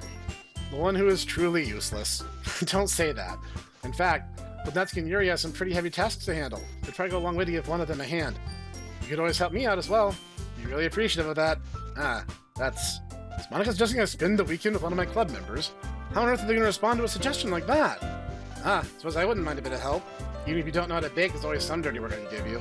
It's not like Monika's gonna give me a choice, and you shouldn't be sitting on your butt anyway. Natsuki tries to mumble a bunch of excuses like that. If I recall, Natsuki, you mentioned that you would like to handle the baking on your own. Snek may not like to be around you if you only make him be a nuisance. Therefore, he may be more suited to assisting with the decorations. Hold on, I never said that. How hard could it be to make a few decorations anyway? Sounds more like your excuses for Snek to... What are you saying? It'd be extremely meticulous work. Baking isn't? Just what do you think? Guys, settle down for a moment. In the end, I think it's up to Snek to decide how he'd like to contribute. Besides, he hasn't really gotten the chance to spend any time with me yet, you know. So I'm sure he's interested in... You literally just said... Super surprised as well. Sorry. Just saying, though. Jeez. We just settled this already? Yeah, Snek, you're okay with this, right? In the end, it's up to you. Of course. Humph. Very well. In that case, everyone looks straight at me. I'm going with... saving the game. And I'm going with Yuri. I'm probably the most helpful you helping out Yuri. Me? Are you serious? Why would you... Natsuki, I tell you about to say something mean. No, just saying. You'll be helping Yuri then, Snek. Yeah, that's what I'm gonna do. I'm glad. I have a bad habit of overthinking these sort of things. I think your assistance will be very useful. That's great to hear. Natsuki, will you be able to handle the baking yourself? I mean, yeah. I already said I'd be fine. Okay. I can tell that Natsuki is feeling a little sour. Is that everything we need to go over? That should be about it. Are you guys excited? Excited may not be the right word, but I suppose I'm looking forward to it a little bit. You feel the same way, Snek? Me? I guess you could say I'm interested to see how it'll turn out. That's good enough for me. What about you, Natsuki? Natsuki? What? Oh, why is everyone yelling at me? I didn't even do anything. No, that's not what I meant at all. Yuri anxiously glances at everyone in the room. I'm sorry for this. I don't really know why Snek picked me. Also, the cupcakes are the best cupcakes I've ever had. They go really well with my tea. and nothing that I do for the event will compare to that, so, I get it. Kind of surprised, though. Why? I'm the one acting immature. I already know that. You're trying to cheer me up all of a sudden. I know I'm not very good at it. I'm sorry if I said something bad. Natsuki isn't the only one surprised. Monica and I are also taken back by Yuri's words. She already has trouble with words. Trying to cheer someone up must be far out of her own comfort zone. But I begin to understand. Yuri's trying to sound like Sayori. Even if it didn't work perfectly, I can tell she tried to say something Sayori would say at a time like this. But Sayori always helps everyone smile and feel good about themselves. No, I kind of appreciated it. I'm sorry for making a big deal out of nothing. And I'm gonna say this. You better bet my cupcakes are the best part of the whole event. I believe you. Yeah, let us see everyone do their best. With that, nothing more for today. Guess it's time for us to head out. Alright, let's get out of here then. Everyone packs up their things. I start to follow Monica and Natsuki out the door as they chat between each other. I turn around. Sorry, I realize I don't have any way of contacting you this weekend. Ah, you're right. Can't believe that slipped my mind. Should I give you my phone number? I think that'd be the best way, yes. Alright then. Yuri and I exchanged phone numbers. Okay, we was talking about your house on Sunday. Yeah, we just got a girl's number. Look at us go. My house. Is that a problem? No, not at all. Just thought that I'd be the one going to your house since I'm the one helping you. Suppose that makes sense. If you don't mind, I think I prefer going to your house. Alright? In that case, it won't be a problem. Decided to press Yuri for a reason. It's not like it should matter either way, so I just need to make sure my room's clean. Well, I managed to make myself useful in some way. I'm not nearly as creative as you are. Don't underestimate yourself, Snek. I think I'll make a very protective team. Even if you only chose me because you felt bad or something. Wait, you don't actually think that, do you? I don't know. It's difficult to come up with any other reason you may have chosen me. You're forgetting the reason with the most common sense. It should help because that's what I want to do. But Yuri thinks to herself with an extremely tense expression. Yuri, you're overthinking this. You want me to point out when you're overthinking, right? Huh? I didn't realize. I'm telling you, I want to. That's all there is to it. Do you believe me? Yuri thinks really hard again. She looked straight into my eyes for a long while. I believe you. As if it took her tremendous effort, Yuri finally says that and relaxes her expression. I'm really looking forward to Sunday. Yeah, I am too. After that exchange, I make my way out of the door and Yuri follows. Can't believe this. Yuri's going to come into my house on Sunday? My anxiety shoots to the roof. Even though I've gotten pretty used to handling her at this point, there's no telling what may end up happening when we're outside of school. More than that, she told me she was looking forward to it. Is there the chance I have to make something happen between us? Or is it too early for that? Only time will tell. Until then, I won't be able to take my mind off it. Seriously, can't wait. It's already Sunday. I'm getting increasingly anxious about Yuri's upcoming visit. I keep telling myself there's no reason to be nervous, but it doesn't help much. Yuri is clearly an introvert, but also an intimate person in general. So no doubt she'll open up a little bit when it's just the two of us. Meanwhile, we'll be even texting occasionally. She was extremely apprehensive at first, but it wasn't long before I was already learning more about her. Putting Yuri aside, I haven't heard a thing from Sayori since she left club early the other day. It's not like we text each other all the time or anything, but I've been worried about her in the back of my mind. Do you know what Sayori said and what Monica said? Is it really okay for me to put Sayori's feelings aside when she might need me? I decided to visit Sayori before Yuri comes over. Rather than asking, I simply tell her I'm coming over, much like we've done in the past. I'll reach Sayori's house and knock on the door before entering it myself. We used to play so often that we made it a habit of simply entering each other's houses like we're family. The house is quiet. Sayori isn't anywhere on the first floor, so I assume she's up in her room. Sorry, a stranger would not be run down to greet me. I enter her bedroom where I finally find her. Sayori! Hi, Snek. I sit down in her room. Sayori forces a smile, but it's easy to tell that she's different. There's a minute of silence between us. You haven't come over like this in a long time, have you? Guess you're right. It has been a long time. Not much has really changed, has it? Sayori's room is as messy as it's always been. I don't recognize the same stuffed animals in the wall I also recognize the same stuffed animals and wall decorations she's had for years now. If you came over more often, it wouldn't be such a mess. Because I end up cleaning it for you. I think somebody wanted to come over today. Aren't you supposed to see Yuri today? Yeah, but... Wait, how did you know that? Sayori had already left by the time we decided that at the last meeting. Monica told me. It's only natural for her to keep me informed about the festival preparations, right? Ah, that's true. What about you? Aren't you going to be helping Monica today? Of course. I'm just helping her online. We didn't plan to meet up or anything. Ah, it's just me and Yuri then. Yep. There's more silence between us. Sayori stares in a random direction. Everything about her behavior is really uncharacteristic. I finally get to the point. I just wanted to see how you were doing. Since you left on Friday. When something's wrong, you can't hide it from me. I know you too well. So... Sayori smiles, shaking her head. That's no good, Snek. Why can't it just be like it's always been? This is all my fault. If I didn't get so weak and accidentally express my feelings, if I didn't make that stupid mistake, you wouldn't have been worried about me at all. You wouldn't have come here. You wouldn't even be thinking about me right now. This is just my punishment, isn't it? I'm being punished for being selfish. I think that's why the world decided to have you come over today. It just wants to torture me. Sayori? Grabs her by the shoulders. What on earth are you saying? Are you listening to yourself right now? I know something happened to you. There's no other explanation for you to be like this. So tell me already. Until I know, I won't be able to stop thinking about it. Sayori gives me an empty smile. You really put me in a trap, Snek. But you're wrong. Nothing happened to me. I've always been like this. You're just seeing it for the first time. Seeing what? What are you talking about, Sayori? You're really just gonna make me say it, aren't you, Snek? Guess I had no choice this time. Thing is, I really had bad depression my whole life. Did you know that? Why do you think I'm late to school every day? Most days I can't even find a reason to get out of bed. What reason is there to do anything when I fully know how worthless I am? Why go to school? Why eat? Why make friends?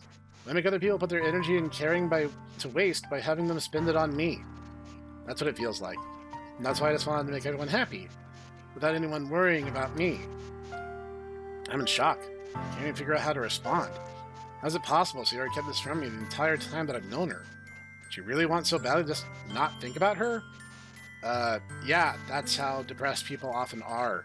The worst part about it is they often are the ones who develop a wicked sense of humor and are able to make an entire room laugh riotously. Like, they don't want you worrying because they assume you wouldn't, so they don't give you the chance. Source, been there, done that. Like, that's why, part of the reason why Robin Williams was as funny as he was. He was depressed his entire adult life. And he just did everything in his power to compensate for it by making other people laugh. Like, this is just base human nature. We usually have compensatory behaviors for our perceived faults, so this really, like, the fact that it snuck up on you shows that you're probably a little dim there, hero.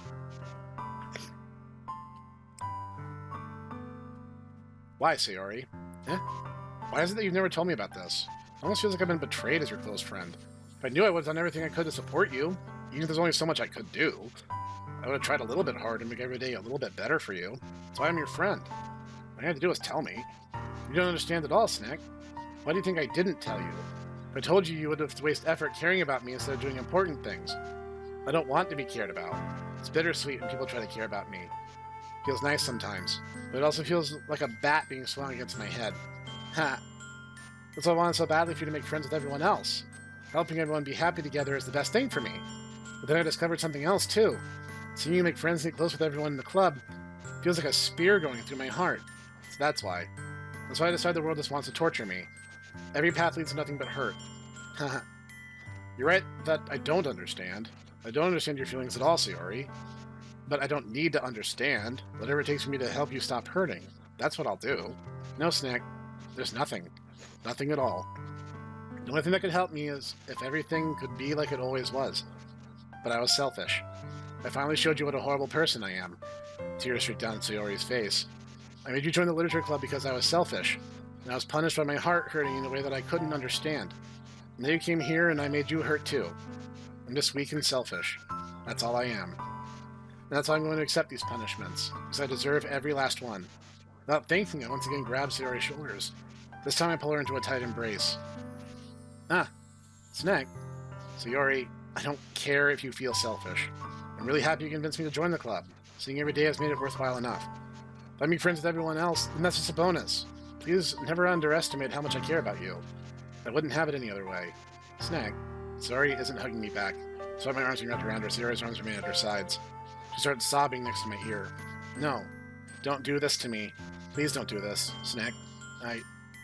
Sayori barely manages to speak between sobs. I don't know if I'm doing the right thing. All I want for her is know that I care. If you have it in you to call yourself selfish, then you have to let me be selfish too. No matter what it takes, I'll figure out what needs to change. I'll make these feelings go away. If there's anything that you need me to do, then you'd better tell me. I'll get mad if you don't. I don't know. Gently, Sayori finally puts her arms around me in return. I don't know anything. It's all really scary. I don't understand any of my feelings, Snek. The only time I'm not feeling nothing is when I'm feeling pain, but your hugs are so warm, and that's really scary too. Sayori lets me go. She does so, I let her go as well. Festival's tomorrow. Yeah, it's gonna be fun, right? Yeah. How'd you like for me to spend it all with you? It's what I want. I promise. I think that'd be nice then. Yeah. Sayori wipes her eyes. If I could spend the whole day here, I would. Of all days, this has to be the one where I have other plans. Maybe I should cancel. No, don't! Please don't. If you did that, I really wouldn't forgive you. But it's almost time for Yuri to meet me at my house. At the very least, you want to come along and help? It'd be fun. To my surprise, Sayori shakes her head. Sorry. I don't know if that'd be very good for me today. You understand, right? It's kind of hard for me to fully understand. I'm trying my hardest. It's okay. Don't worry too much about it. See you tomorrow, okay? Alright. I look forward to it.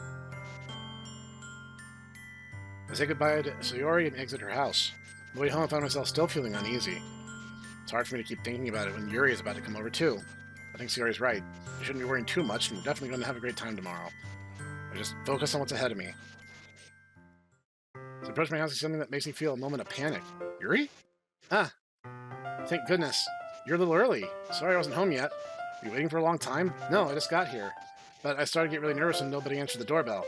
You always could have texted me. If I'd known, I would have reassured you and hurried more on my way home. I suppose that's true. I didn't think of that for some reason.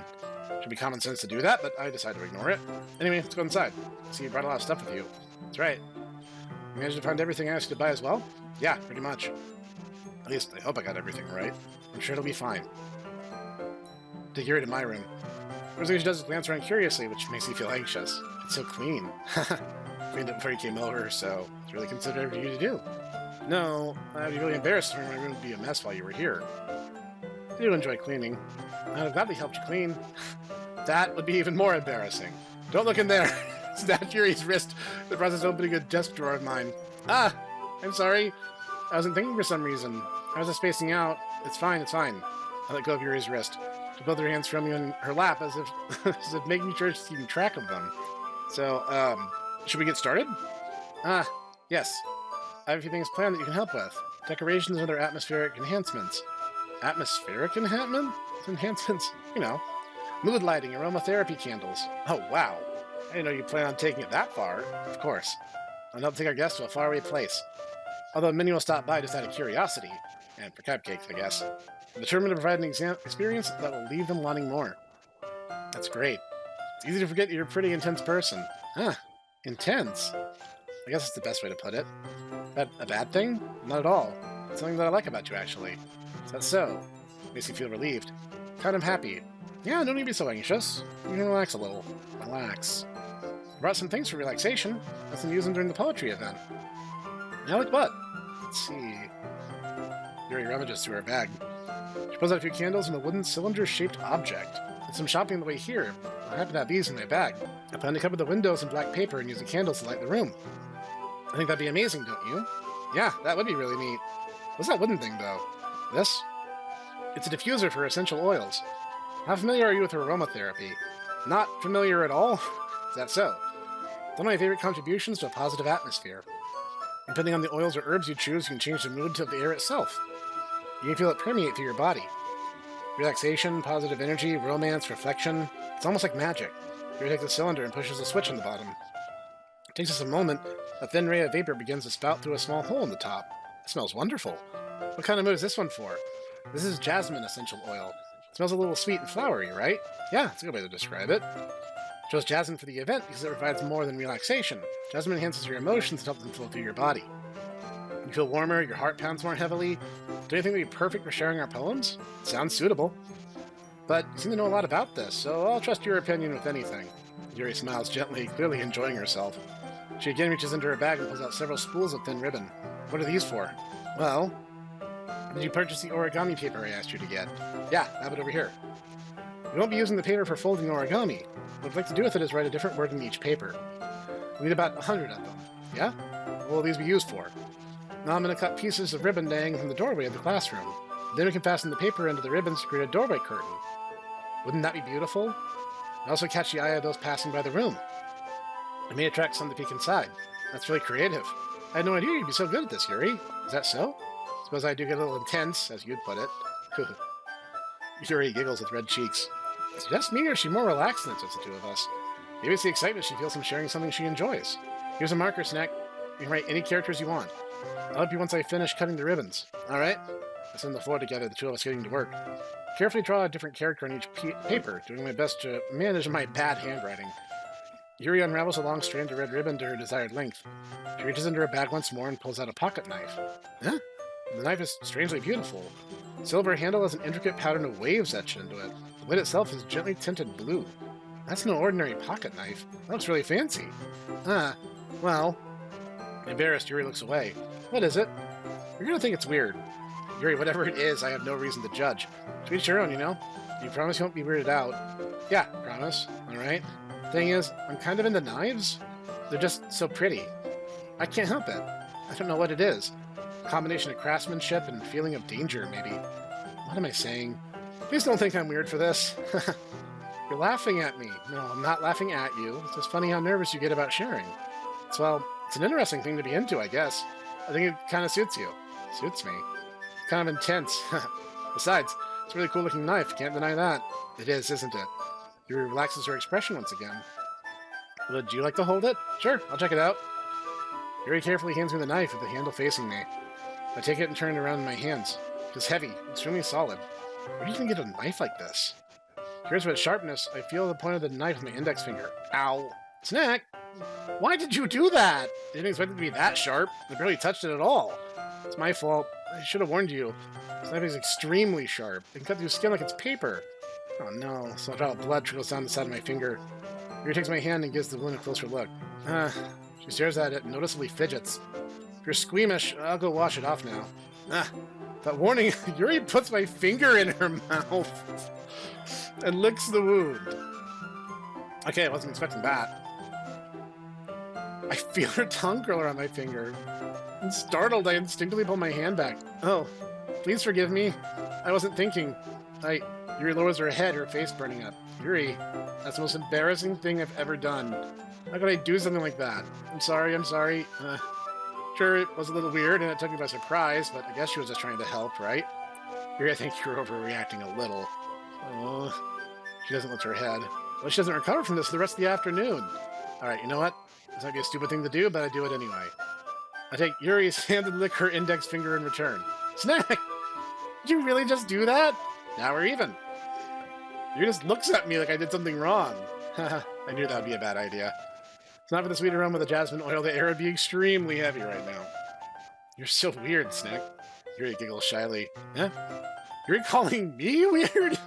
I have no response to that. Where do you keep your bandages? I don't think I need one, actually. It was a tiny cut. Look, it's already stopped bleeding. I see. That's relieving. Tension is quickly lifted. We resume our respective activities. I watch Yuri's knife cut through the ribbon like it's nothing but air. I continue to make progress. As you finish attaching the paper to the ribbons, we lay them all out side by side. Looks better than I expected and be very effective as a door curtain. Looks great. Good thing coming up with this, Yuri. Thanks. This is something I saw online, really. Are you ready to move on to the next task? Yeah, let's do it. What do you have in mind? I'd like to create a banner. So I asked you to buy the paint tablets. That's right. One of the items Yuri asked me to buy was a kit of watercolor paint tablets. We need about 6 cups of water to put in each tablet in. Do you mind fetching those for us? Of course not. 6 cups of water. Be right back in a minute. Thank you very much. Just a little bit of water is okay. If you fill the cups too much, it'll become diluted. Taking Yuri's advice, I decided to use small plastic bathroom cups rather than full-size glasses. Put them on a plate and catch any paint that drips and bring it back to my room. Yuri! Yes? You can see Yuri quickly unrolling her sleeve, pulling it back over her arm. Nothing. Your face is a little red. Is it too hot in here or something? No, not at all. There's nothing wrong, so let's mix the paint. Yuri hurriedly dismisses me and takes it upon herself to unwrap the tablets, dropping them into the cups. So, I thought we'd do something simple that would look very nice. Like to paint a gradient across the banner, starting with the colors for a sunrise, then daytime, then sunset and nighttime. Once it dries, it'll write an inspirational quote across the banner. We can hang it on the wall behind the podium in the front of the classroom. Neat. What are you going to write? Well, it'll be more fun to surprise you. Yuri smiles at me. If you say so. As we're rolling out the banner, Yuri and I kneel on opposite sides so we don't get in the way of each other. Yuri uses a brush and adds a few dots of different colors across the banner to serve as a color guide for when we paint. That reminds me of elementary school. Painting on a banner with watercolors feels a lot more like art class projects we had back then. It's relaxing. Sorry this feels too childish. No, I didn't mean that at all. It's kind of fun, you know? Yeah, it is fun. I'm glad you feel that way too. Yuri stops painting for a moment, thinking to herself. For me, I don't need to go out and do crazy things to have fun. In fact, I usually don't even want to. I just like when I can spend time with one other person. If it's something simple like reading, it doesn't even matter if we don't talk much. Just having a friend next to me makes things feel a little bit nicer. I think that's all it takes for me to be happy. Is that so? Even if Yuri and I are quite different, I can understand where she's coming from. I feel that way about things like anime and games, where simply sharing the experience of something can make me happy. I think I feel the same way. Yuri smiles gently. I knew you'd understand. Leans over the banner to grab an unused paintbrush, but I move at the same time, causing my head to bump into hers. Yeah, sorry. Yuri reels back, and I quickly lift my hands in surprise. Are you hurt? No, I'm not hurt. It just startled me, that's all. Sorry, I should have asked you to get it for me. It's not your fault. Your face. The droplets of paint on Yuri's face and neck. Is there something on my face? Yeah, I accidentally got paint on you. Sorry, totally my fault. I'll get a towel right away. I wish I had to fetch a small towel and dampen it with hot water. Turn to my room and kneel back down in front of her. Here. Pat down Yuri's face and neck with a towel. Something wrong? It's hot. I just didn't expect it. Sorry. I didn't want to use cold water. Having finished, I started to retract my hand. Yuri suddenly holds my wrist. Wait. Just a little bit longer? It feels really nice. I keep my hand still against Yuri's neck. She looks into my eyes. It's an intense expression that I recognize when she reads her books. Almost as she's lost in a daze and enveloped by her own thoughts. She breathes gently, half through slightly parted lips. What is happening? Is it the aroma of the jasmine oil giving me this dizzy feeling? Yuri's gentle fingers wrapped around my wrist, sending a tingling sensation through my arm. And suddenly her face seems much closer to mine than it was just a moment ago.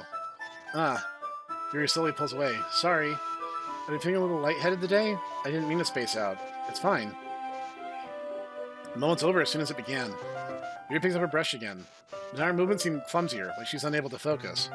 I remain silent, forced to ignore the event that just transpired. I hesitantly retrieve my own brush and continue following Yuri's example.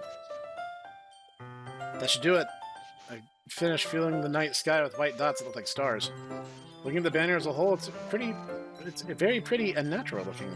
I think it came out better than I expected. I'm really happy with the results. Me too. I can add lettering now. Not yet. It needs to dry first. It's true, but won't that take a while? Well, perhaps you best to leave it here, then have you bring it in the morning. I can do the lettering in the classroom before our event starts. Is that okay? Totally fine. Wonderful. In that case, I don't think there's anything more for us to do here. Ooh. You say that like you're glad it's over. Was I wrong to assume that you're at least enjoying yourself a little bit? No, it's not that. I'm just glad that we managed to get everything done. I see. I am too. I was a little concerned about time. I need to start making dinner soon. You don't have any time left, so we hope we could have a little extra time after finishing the work. Well, Yuri thinks to herself. You're too irresponsible of me to wait much longer. I'm sorry. I assume you need more time as well. It's probably my fault. Sorry for being such a slow worker. It's not your fault at all. The important thing is we got everything done, right? Yeah. So, I shouldn't be disappointed or anything. Having all of her things, Yuri seems to look a little downcast. I understand why. It's only she rarely gets the opportunity to spend time with friends in a relaxed environment. Doesn't mean this is the last time it can happen. Once Yuri packs up, I walk her out to the front door. Thank you very much for having me today. No problem. Glad I was able to help. Let me know if there's anything else you need to bring for tomorrow. I will. Well then, Yuri fidgets. Guess I'll see you tomorrow. Wait, I cannot say that without thinking. About today, it's fine that we didn't have as much time as we wanted, because we can do this again. Whenever you want, you can come over, or we can go out somewhere. I forgot you don't like going out much. To stumble over my words, Yuri simply smiles bashfully. Anyway, you know what I'm trying to say, so be very thoughtful, Snek. Yuri takes a step closer to me, then briefly squeezes my hand. I kind of like that about you. Well, how am I supposed to even respond to that? I don't get the chance to, as Yuri suddenly pulls back. Sayori! Huh?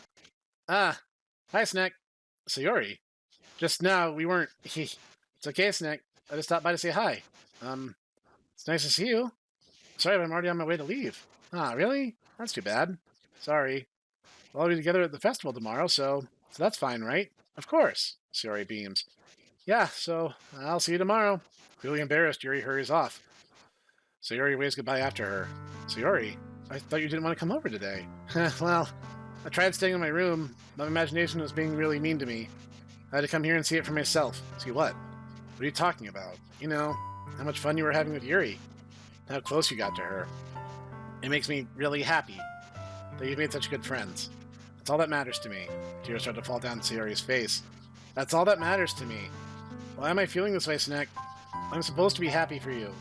Why does it feel like my heart is splitting in half? It hurts so much. Everything hurts so much. It'd be so much better if I could just disappear. Sayori, don't say that. It's true, Snek. If I wasn't here, then you wouldn't have to waste your sympathy on me. You wouldn't have to put up with me being selfish. Monica was right. I should just... Monica? Monica was right about what? Sayori, what I said before is true. I'm not going to let this continue. Caring about you like this isn't the burden your mind is making it out to be. It's something that makes me happy. It's something that I wouldn't trade for anything else. So even if it takes an entire lifetime, I'm going to be by your side until you don't feel any more pain. But... Sayori looks away. I put my hand on my shoulder to reassure her. I'm scared, Snek. I'm really scared. What are you scared of, Sayori? I'm scared that I might like you more than you like me. Sayori? It's true, isn't it? I was weak and started to like you too much. I did this to myself. Snek. I like you so much that I want to die. That's how I feel.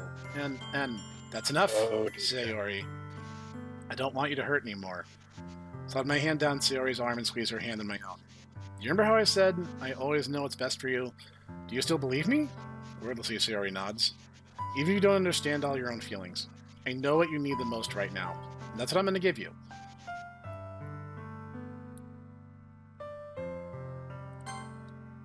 Yeah, I think this is where the spiral downward begins, so let's just say, everyone at home, you have been warned. You'll always be my dearest friend. What you need most is for things to be like they've always been. Monica told me the truth. She told me how much happier you seem to try to join the club. I know you're struggling with some really difficult feelings right now, but please trust me that I know it's best and what will make you happy in the end. I promise I'll get things back to the way they were. I see. Sayori forces a smile through an incredibly pained expression. Haha. Is that what it feels like to get stabbed in the chest? I should write a poem about this. Sayori, it's okay. This is just my punishment, remember? For being so selfish. So please don't worry about these stupid feelings. I know you're right. I knew this whole time there's no happiness down that path. That's why I came here, just so I could get the answer I needed to hear. And the other thing, you're also right that I just wanted to go back to the way it was. I realize that now. You really do know me better than anyone, Snek. I'll trust you with anything. Anything at all. So, Sayori's smile finally breaks. All of a sudden she turns around and drops to her knees. I don't even know how to vocalize that at this point. Touching her head with both hands, she screams as loudly as she can. I'm so shocked I don't even know how to react. Sayori looks over her shoulder and flashes me one weak smile before turning around and running off. Sayori? I'm not healthy standing in front of my house. Why am I feeling so horrible about this? There's nothing more that I could have done. The most I can do is support Sayori through her feelings and help her on the path that's right. I'm having as much trouble understanding Sayori's feelings as she is. Even though I can comfort her, I keep wondering if I should be doing something more or something different. And these thoughts will continue to plague me until things are back to the way they were. I'm going to give it everything I got. Sayori will always be my dearest friend. I'll do whatever it takes to put a smile on her face every day. You cannot be responsible for other people's mental health. I'm just saying that now. You can support people, you can help them as much as you want. And that's good, and you should. But understand that their decisions are ultimately theirs to make. You can't force them. You can lead the horse to water, but you can't force them to drink. That is reality. So, once again, I think that content warning is probably relevant to mention right about now because I suspect things are about to come to a head, and, well, you probably already know the ending better than I do. Let's get into it. It's the day of the festival. Not come to a head, come to, well, I mean, I guess a head if you replace the first H with a D. Yeah. It's gonna... Of all days, I expect this to be the one where I'm walking to school with Sayori. The thing that really, I actually, earlier this week, I saw a thing on Twitter about this guy who was like, speaking of mental health. Right. It was a story about a guy who was like trying to, he had a girlfriend and, she struggled, but one day she just didn't want him to leave. The two of them were like hanging out. And so it's like, well, I mean, I'd love to, but I have work early, and I also have to get back because apparently he had a younger brother Right. who, you know, he had to take care of. And so she's like, oh, okay. And so the next day he learns that as soon as he left, she went to Brazil herself. That is truly sad. It is. And I have to say, the way that Sayori was talking right before we went over to see Yuri kind of seemed like a similar cry to help. Yeah. So, yeah, I'm not expecting good things, shall we say. No, I think the good times are behind us now, unfortunately. So What are you talking about? This is like the Police song, you know, you gotta let the good times roll, man. I mean, I guess you got me there. Sayori isn't answering her phone. I considered going to her house to wake her up, but decided that's a little too much. Meanwhile, the preparations for the event should be nearly complete. The banner Yuri and I painted is dry and gently rolled it up to take it with me. She sent me a pleasant text reminding me not to forget anything, and I reassured her. Funnily enough, I probably feel the same way as Natsuki about the event. I'm more excited for it to be over so I can spend time with Sayori and Yuri at the festival. Knowing Monica, I'm sure the event will be great too. Snek, you're the first one here. Thanks for being early. That's funny, I thought at least Yuri would be here by now. Monica's placing little booklets on each shelf, each of the desks in the classroom. Those are the ones she prepared for all the poems we're performing. In the end, I found a random poem online that I thought Monica would like and submitted it. So that's the one I'll be performing. Surprised you didn't bring Sayori with you. Yeah, she overslept again, that dummy. You think that on days this important, she'd try a little harder. I say that, but I suddenly remember what Sayori told me yesterday. I suddenly feel awful knowing that it's not nearly that simple for her. I only said it because it's the way I'm used to thinking, but maybe I should have gone to wake her up after all? You should take a little responsibility for her, Snek. I mean, especially after your exchange with her yesterday. Kind of left her hanging this morning, you know. Exchange. Monica, you know about that. Of course I do. I'm the club president, after all. But I stammer, embarrassed. Sayori really tell her about it that quickly? How am I basically turned down her confession? I really seem like the bad guy here. I'm the one who knows what's best for her, right? Jeez, you don't know the full story at all, so don't worry. I probably know a lot more than you think. Eh? Monica's being as friendly as usual, but for some reason I felt a chill run down my spine after hearing that. You want to check out the pamphlets? They came out really nice. Yeah, sure. I grabbed one of the pamphlets laid on the desk. Oh, yeah, they really did. Something this will definitely help people with the club take the club more seriously. Yeah, I thought so too. I flipped to the pages. Jinro's poem is neatly printed on its own page, giving it an almost professional feel. I recognize Natsuki's and Yuri's poems from the ones they performed during our practice. What's this? I flipped to Sayori's poem. It's different from the one she practiced. It's one I hadn't read before. Get out of my head, get out of my head, get out of my head. Get out of my head before I do what I know is best for you. Get out of my head before I listen to everything she said to me. Get out of my head before I show you how much I love you. Get out of my head before I finish writing this poem. But a poem is never actually finished, it just stops moving. What is this? Reading the poem, I get a pit in my stomach. Snek, what's wrong? Once again, foreshadowing. Nothing. It's relatively obvious. Yeah, this poem feels completely different from everything else Sayori's written. But more than that, I changed my mind. I'm gonna get Sayori, so... all right. Try not to take too long, okay? We leave the classroom. Don't strain yourself. Monica calls out after me. I quicken my pace. What was I thinking? I should have tried a little bit harder for Sayori. It's not that big a deal to at least wait for her or help her wake up. Even the simple gesture of walking her to school makes her really happy. Besides, I told her yesterday things will be the same as they always have been. That's all she needs and what I want to give her. I reached Sayori's house and knocked on the door. Oh. I don't expect an answer since she's not picking up her phone either. Like yesterday, I opened the door and let myself in. Sayori! She really is a heavy sleeper. I swallow. I can't believe I ended up doing this after all. Waking her up in her own house. Isn't that more like something a boyfriend would do? In any case, it just feels right. Outside Sayori's room, I knock on the door. Sayori? Wake up, dummy! There's no response. I really didn't want to have to enter a room like this. Isn't it kind of a breach of privacy? She really leaves me no choice. I gently open the door. Well, I have to censor this now. Great, thanks.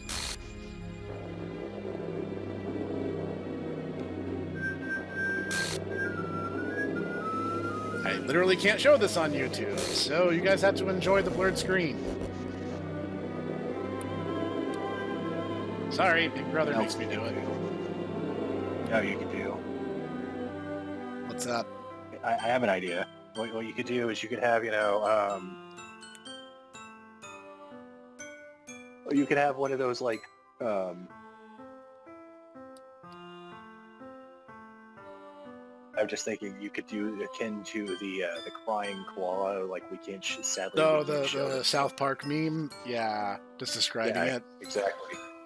Yeah, see, the funny thing is, this actually catches me a little off guard, and the reason being, I was under the impression that only the girl you are after dies in that route, and they disappear one by one.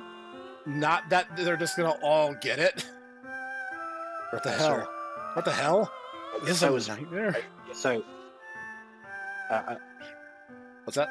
I don't know. Maybe I'm so used to Yandere, but I kind of gathered that all of them are going to slowly be taken out one by one. Yeah, probably should have guessed that. It has to be. But This isn't I mean, real. all right. So just so people, the people who haven't gathered what's going on have gone on. In unfortunate, she's hanging in there, shall we say? She's fully embraced her Brazilian, heritage now. Yes. Sayori just decided to hang out at home today. So She's really, really hanging.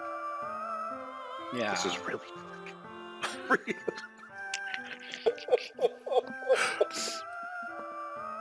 Wow. There's no way this can be real. Sayori wouldn't do this. Everything was normal up until a few days ago. That's why I can't believe what my eyes are showing me. Suppress the urge to vomit. Just yesterday, I told Sayori I'd be there for her. I told her I know what's best and that everything will be okay. Then why? Why would she do this? How could I be so helpless? What did I do wrong? Turning down her confession? It has to be what pushed her over the edge. Her agonized scream still echoes in my ears. Why did I do that to her when she needed me the most? Because lying to her would have made things infinitely worse, bro. You literally did the only thing you could in that context. Why was I so selfish? This is Here's the thing, though. I feel like she probably was pushed to this not just by your actions. She literally name-dropped Monica before this went down. So I fully suspect when we asked Coach to, go over and talk to her and cheer her up, I suspect she did precisely the opposite. Yeah, right. I'll lift her spirits. I lift them high. Wink. Why did you say it like that? Say it like what? Wink. Did you just say wink out loud? No, I didn't. Wink. Rug. My swarming thoughts keep telling I me wish I everything could find that. I wish I could find that. I cannot find it for whatever reason. That one comic, Reginald and Bertato. My swarming thoughts keep telling me everything I could have done to prevent this, which is really just blaming yourself for something that's outside your hands. And I get it. People who've gone through this sort of thing usually have no one to blame, and so they will turn it inwardly. Please don't do that. Everyone is responsible for their own individual will.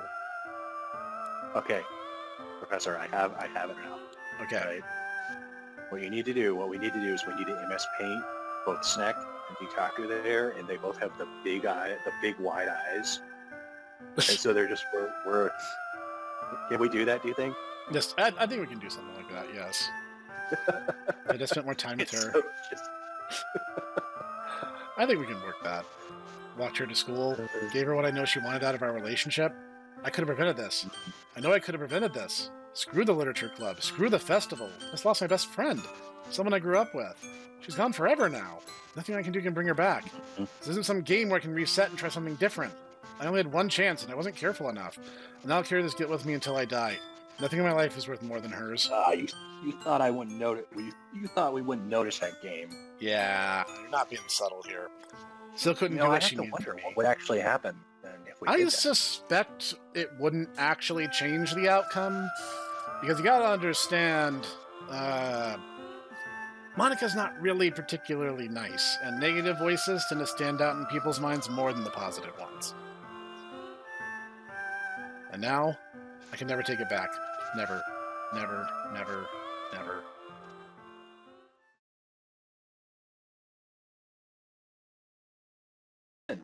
Wait, really?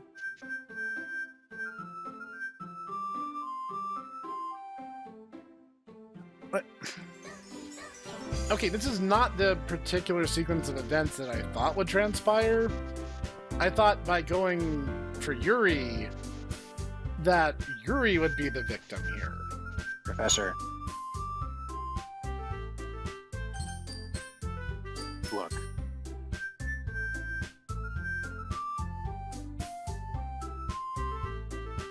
Look at the screen. Yes, I'm examining it now. It has a mishmash of all four girls, like, interspliced over top her. And the new game button appears to be broken. Yes. I'm gonna have to research this. Like, I don't know if another playthrough will change anything. I kind of thought all of them met terrible fates until Monica addressed you directly, so I suspect there's more going on. But we've been at this a while. Yeah, like 4 hours. I suspect that going off of, I basically, apart from the twist, as I say, I've kind of been going into this blind. Right. I suspect this is probably akin to, well, I mean, I'm just going to say it in probably the most mainstream, and I hear the Yoko Taro fans snorting derisively at this. Are you familiar with with Nier? Yeah. Yeah, so how you can, go through, you have to go through the game multiple times in different routes in order to get the quote-unquote true ending. Right. I suspect that that's what we're going to have to do here. Presumably. And I imagine, much the way that Bites the Dust works, what's going to happen ultimately is we're going to go through the game, and each of the girls is going to get taken out, shall we say. Right. And I think that's what's going on. I think what we're seeing is the first round of Bites the Dust. Right. All right, everyone leave a comment down below. This will probably be episode 2, maybe 3 of the series so far, but we did all that in one marathon sprint, so make it worth it to us. Be sure to tell me. Yeah, be sure to tell me if I'm wrong, because as I say, I'm apart from the cultural osmosis of memes and stuff, and kind of parsing seeing the spoilers. I am completely blind. I suspect that the professor is completely blind too. Yes. But I am intrigued. I actually have not gone as far as this, so. Well, I will research this and see how, what, if anything, we can or have to do in order to get to the finale. And we will report back. But this has been really interesting, and I definitely see how the game garnered the reputation that it has. So, I'm just saying, that ending felt very sudden and very incomplete. I suspect there's plenty more. So thank you to Taku for enduring this marathon sprint with me. Oh, not a problem. And we're going to see all you guys next time.